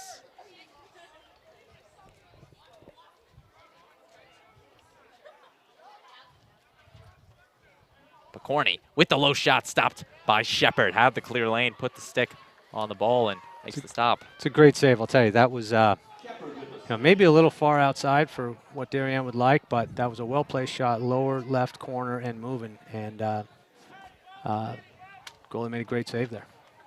Shepard's had a couple nice saves today, 13 goals against. Not something he wants to see, but there is still a lot of season for him to rebound. And the next game, they will be hosting Manhasset on Thursday. So the Tigers will look to get a better performance out against the Indians. Yeah, you know, we mentioned it earlier. You know, Coach Colsey has done a great job over the years, but especially, you know, it just seems like he just keeps adding quality games to his schedule. You know, there's a lot of teams in Connecticut, so it fills up the schedule with a lot of league games, but he takes every opportunity he can to play anybody he can. So. Tigers went to Rye, New York this weekend. That shot is low. Took down the Garnett 15-4. Rather, they got some other tough games. Manhasset, Briarcliff, Yorktown. A couple New York teams rounding out their schedule, as well as their typical Connecticut teams, their FCIAC teams, and Fairfield Prep, their other out-of-conference game this season. Colsey will always play Yorktown. He's a Yorktown boy. So that game will always go on. But that game's really been a great one every year. It's a great game. I'll tell you what, Briarcliff, you mentioned Briarcliff. I didn't realize they were playing. Briarcliff's a good team this year. I've seen them play. They got some good bodies and some good coaching, and they're going to be a good team. That game will be on May 7th at Tiger Hollow. And Allegro with the shot, stopped by Matthew Shepard. Shepard making 2 big saves in this 4th quarter. And he's now going to try to get it over to the Ridgefield offense for some goals. And then on the Darien side, they are no short on some tough opponents. Of course, Chaminade, Yorktown, St. Anthony's, Brunswick. A couple tough out-of-conference teams for them that they're going to play this year, and really round out a tough schedule for head coach B and this Blue Wave team. Yeah. Well, you know, look, and I mean, the last 2 years has been crazy for these teams, you know, in terms of player development, in terms of the experience, in terms of chemistry, et cetera. You know, the last 2 years have been really chopped up. So impressive for Darien to get that win against Chaminade this past weekend. But everybody's in the same boat. It's been choppy for Ridgefield, it's been choppy for Chaminade, it's been choppy for Darien. But seeing as how these teams have come together, this early in the season, it's great to see. There's something we talked with all the captains last week. They were all excited to get those out-of-state teams back on the schedule. They feel it makes their team better, makes them individual players better, just seeing that out-of-state competition that you don't normally see. And given the past couple of years, the COVID year, the not being able to play out-of-state teams. So these guys were freshmen, the senior class, last time they would have played these out-of-state teams. So getting a lot of experience for them, some of their first experience, rather. So something they got to imagine they're excited for. No doubt. And, that Chaminade game specifically, they played shot there, and that one is in. Off the stick of number 19, C.J. Laurentani. Just a great shot right there. Almost unguarded. He sort of got in a lot closer than you would have thought. I don't know if the Darien didn't realize where he was on the field, but he's in a pretty good position. Good quick release to the lower corner. Yeah, so the Darien senior class, this senior class right here, played Chaminade twice when they were freshmen. They played them once here in Darien and beat them, and then they went out to Chaminade and lost. And I know that those guys were remembering that thing as they pulled up to that stadium on Saturday. Last time they were there, it wasn't a good taste. So great to see them get away with a W, but that one meant a lot to them for sure. Of course, that COVID year, their sophomore year, they were scheduled to play the Flyers at Cy Donnelly Field at St. Anthony's on ESPN at the Geico Lacrosse Showcase. And, of course, COVID happened, canceled that. And they had the epic rematch on Saturday. Blue Wave came away 15-12. A big win for the team. Yeah, we'd love to see that go on as a rivalry. I mean, Coach B, I know he always has to. He's got certain games that he always plays, and he's only got a certain number of spots. But I'm sure they'd love to keep Chaminade on the schedule on a regular basis. It's a great matchup. Bouncing, of course, those regular spots of Manhasset, Yorktown, Flag Throne, St. Anthony's, Brunswick, and you got to get your regular FCIAC teams in there. And of course, last year they tried with the Glastonburys and the Fairfield Preps, trying to get that out of conference competition. But it's really no match when you compare it to some of the best teams in the nation. Right, no question. I mean, look, there's great teams. There's great teams any given year throughout Connecticut, but to have the year after year after year strong program type presence, there's a lot of those New York schools just have it. I mean, Manhasset's always going to be good. St. Anthony's always going to be good. Chaminade's always going to be good, and very good, by the way. St. Anthony's one of the top three teams in the nation. And Darien's going to be excited to play them on May 7th. So the same day, Ridgefield's got Briarcliff. Darien will be here playing the St. Anthony's Friars. I'll be interested. I'm sure you'll do your stats because you're very good at that. But I will be interested to know what the score of the series is between Darien and St. Anthony's, because I think Darien's got a nose on them. But there have been some great games there. As indeed, of course, you look at the history a couple of years ago, playing in what felt like a hurricane back a couple of years ago, and they got the game in. I know DAF Media streamed that game, lost some equipment in the process. That was incredible. That was incredible. That was one of the. Were you doing that broadcast? I was not. I was in 8th grade when that happened. Okay. But that one set high. But just you think about the rivalry that they have, and of course you throw in the rivalries with the Manhassets and the Yorktowns, and really just traditions that the Blue Wave like to get in every year. Well, listen, I know you've been doing this for a couple years now. You're a junior, right? Yeah, that's correct. I hope you'll keep doing it, man. You've got such great energy. I listened to the broadcast on Saturday, and it's great. You do a fantastic job. Nobody can see how much homework you do here, but I'm looking at it. You got stickers, we got color coding, we got highlights, we got all sorts of stuff going on. So you do a lot of preparation, and you really do a great job. So I hope you'll keep doing it. Thank you. It means a lot. And definitely for me, I enjoy coming out here now to these games and bringing this live coverage as Darien takes their final timeout of the game, or actually their first timeout of the half. 13-6 our score. We're going to take a short break and be right back for the final 6 minutes of action on the DAF Media Network.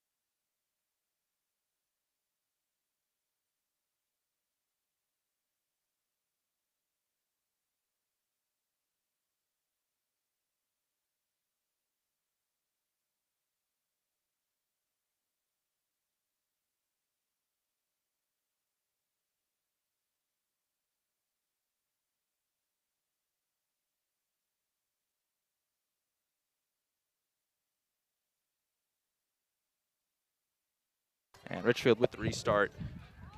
Moving it around now. Reinhardt over to Colsey. Quick start out of the timeout. Now Chris Reinhardt takes the shot, stopped by Carter Hagan. Hagan, the sophomore. First quarter he's played in this one, making a second stop. Now the Darien offense going to go back to work. Just joining us, Braden Shank and Jim Book with you. So glad you could be with us here on this Tuesday afternoon on this picture-perfect day. 70 degrees, a little windy, but not a cloud in sight. Yeah, you know, you look at this game. There's a little under 6 minutes left. Seven goal lead. You know, lacrosse, right? You can score 5 goals in 5 minutes very easily.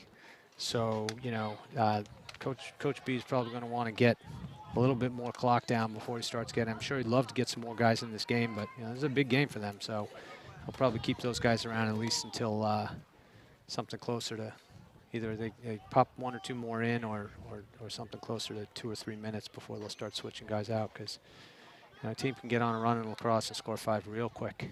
It was interesting on Saturday's game at Chaminade. They had a situation coming out of the half where they weren't really trying to score, but just trying to run the clock out and look for the perfect opportunity. And Chaminade used it as an opportunity to score 3 unanswered goals. Right. So that's something Darien's got to be considerate of here, Yep. that they definitely got to pressure the offense and not give everything to Ridgefield. Yep. It's like the prevent defense, right? Prevent you from winning.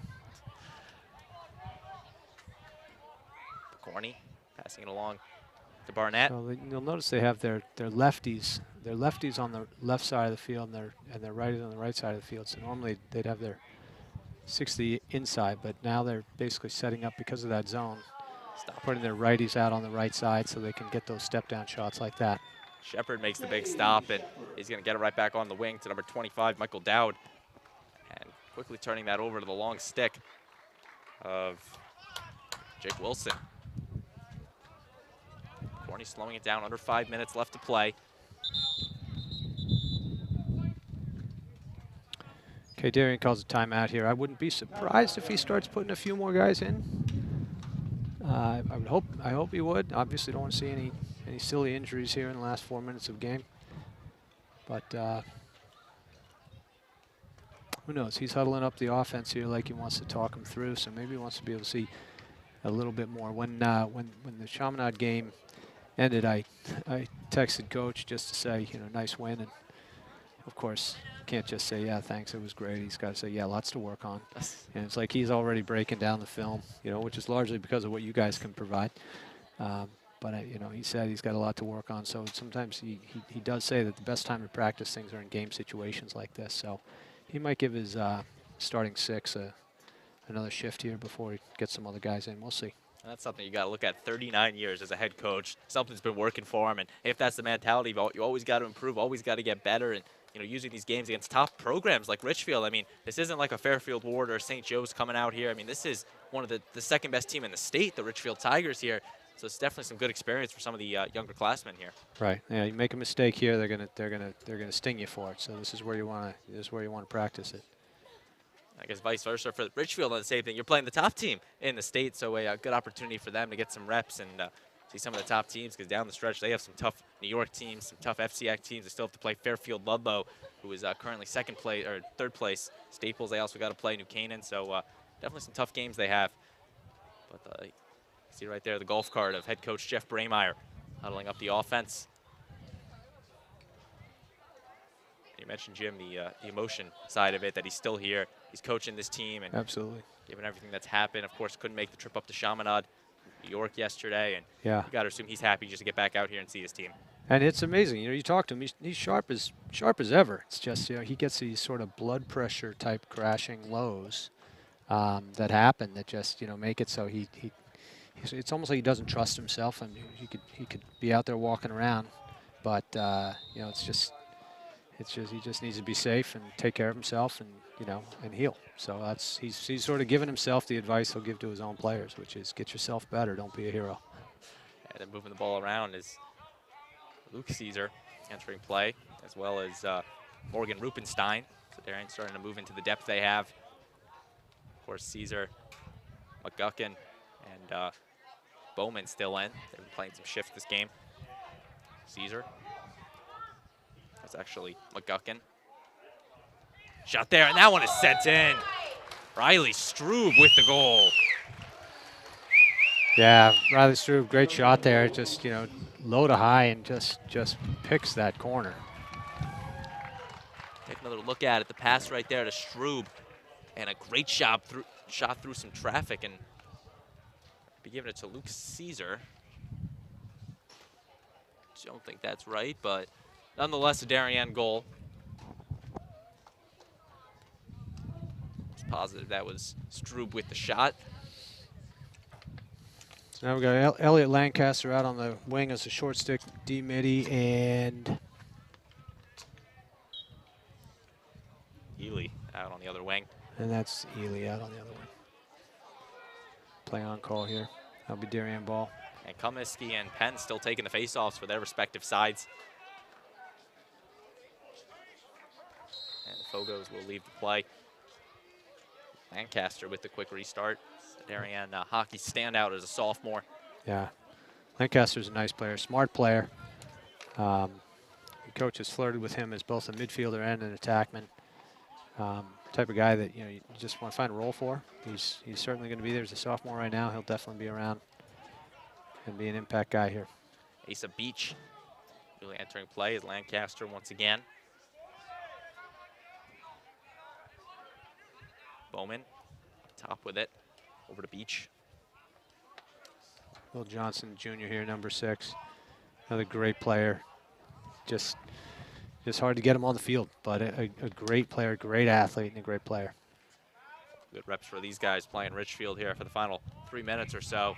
As now Wyatt Bowman, the Darien sophomore. Over to Dylan DeRiso. Strube staying out there, the lone senior on the field. Will Johnson. They're just keeping this ball moving. They're looking for the perfect opportunity. Cutting was Johnson. Ball's on the ground. Ridgefield trying to come away with it. Knocked to the ground is number 44, James Gallo, and flags will throw.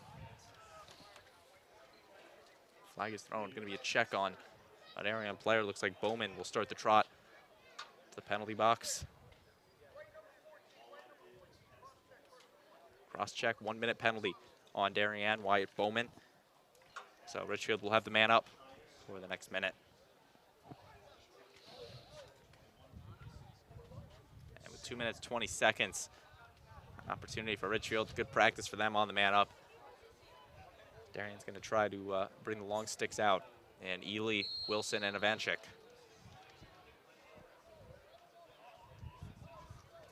Moving around now. Darien playing his own defense.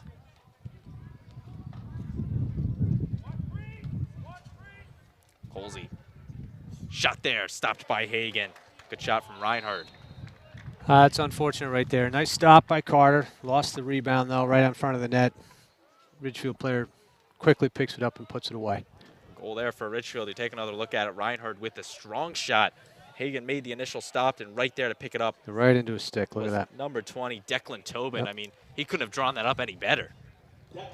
Turns around, gets the ball on his stick. Hagan can't find it, and he looks behind him. The ball's in the back of the net. As now Jack Silsby will be taking over the face-off duties, so Comiskey's day is done for the Blue Wave. But Jack Silsby, the sophomore face-off specialist, has no easy task in Jackson Penn of Ridgefield.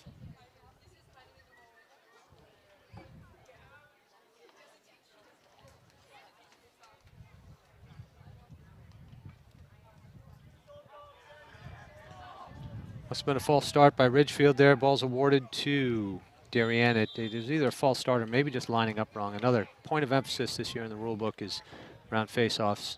Ball's being set on the ground. Players need to line up properly. Refs can tell them once, tell them twice, but at the end of the day, if you don't move your stick into the right position, they're just going to award the ball to the other team. Right now moving it around, McGuckin finding his way over to Strube. Riley Strube, 1 goal for him on the game, just scored. But a great game from him, despite what the stat sheet might say. A lot of great assists. Yeah, Setups. yeah, just the type of kid who just gets all over the field. Rupenstein.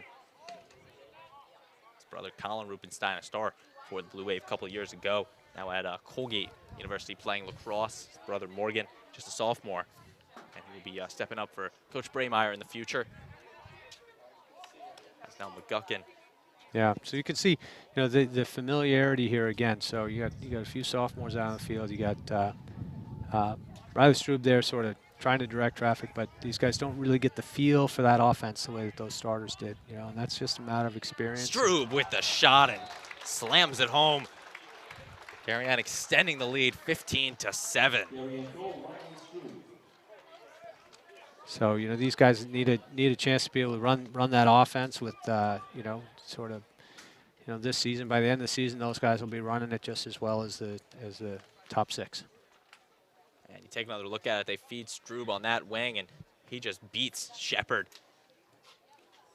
And Riley Strube, his second goal of the game. Great shot, great shooting technique there, coming over 3/4 and just burying it in that lower corner. And now Silsby will take the face-off once again with Jackson Penn.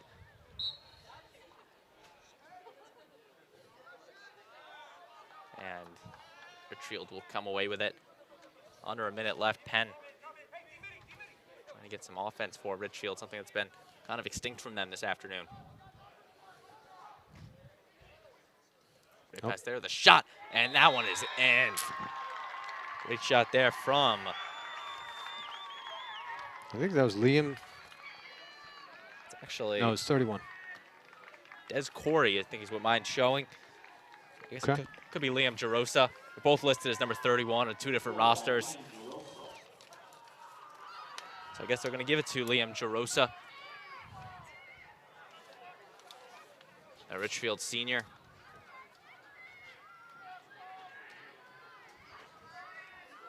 Like I said, it is a chance that it is the freshman Des Corey. That roster posted on the Ridgefield Lacrosse website. So two different number 31s for him. And right there, again with another shot, and that one is sent in. Once again there from number 31. And the PA giving it to Liam Jarosa. And take another look at it. Great job by Penn to win the faceoff and turning it right over to Jarosa, the senior. He's only 5'7", but he definitely has a strong shot to him as he beats Carter Hagan there. 16.9 seconds remaining.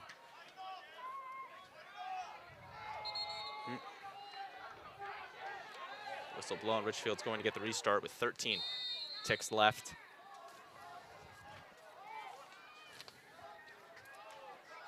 Jarosa. Darien's going to watch that click tick out, and that one is sent out of play. The clock will hit 0, and Darien will take this one by the final score of 15-9. Jim, what were your final thoughts in this one? I'll tell you, I thought, you know, look, I think Darien looks real strong this year. They look balanced. They look like they know what they're doing. You know, they look to be in more than preseason form already, which is what they're going to need with the season they have ahead of them. You know, Ridgefield, I think, is a great team. Like I said, they'll see these two teams will see each other again, and I guarantee two Darien players, Ridgefield will look different next time you see them. So Darien, with this win, will go 3-0 on the season. They have a big game at New Canaan on Saturday. And Jim, do you think there's anything Coach Braymeyer is going to change in practice and change going into New Canaan on Saturday? You know, I don't know. When Darien plays New Canaan, Coach Braymeyer is always the one to say, like, you can sort of throw out the records and whatever. It's amazing, you know, the emotions and the nerves and everything come together. So that's just going to be a great game. It doesn't matter who on paper looks better than anybody else, but in terms of what they work on, I don't know. They looked pretty good today. You know, hopefully they'll have the success at the Face-Off X. You know, but if they can string it together like they did today, hopefully they'll come out on top on Saturday. And Ridgefield, with this loss, will drop to 3-1 their next game against Manhasset. Taking a look at the credits right now, I'm going to give one final shout out to our amazing DAF Media production crew: Cole Murphy, Colin Moody, our director instant replay, on our cameras Hugh DeMark and Justin Herron, and rounding it out on our graphics team, the amazing Dalton Moss, bringing you all the graphics you saw today. Our DAF Media advisor Damian Andrew overseeing this entire operation.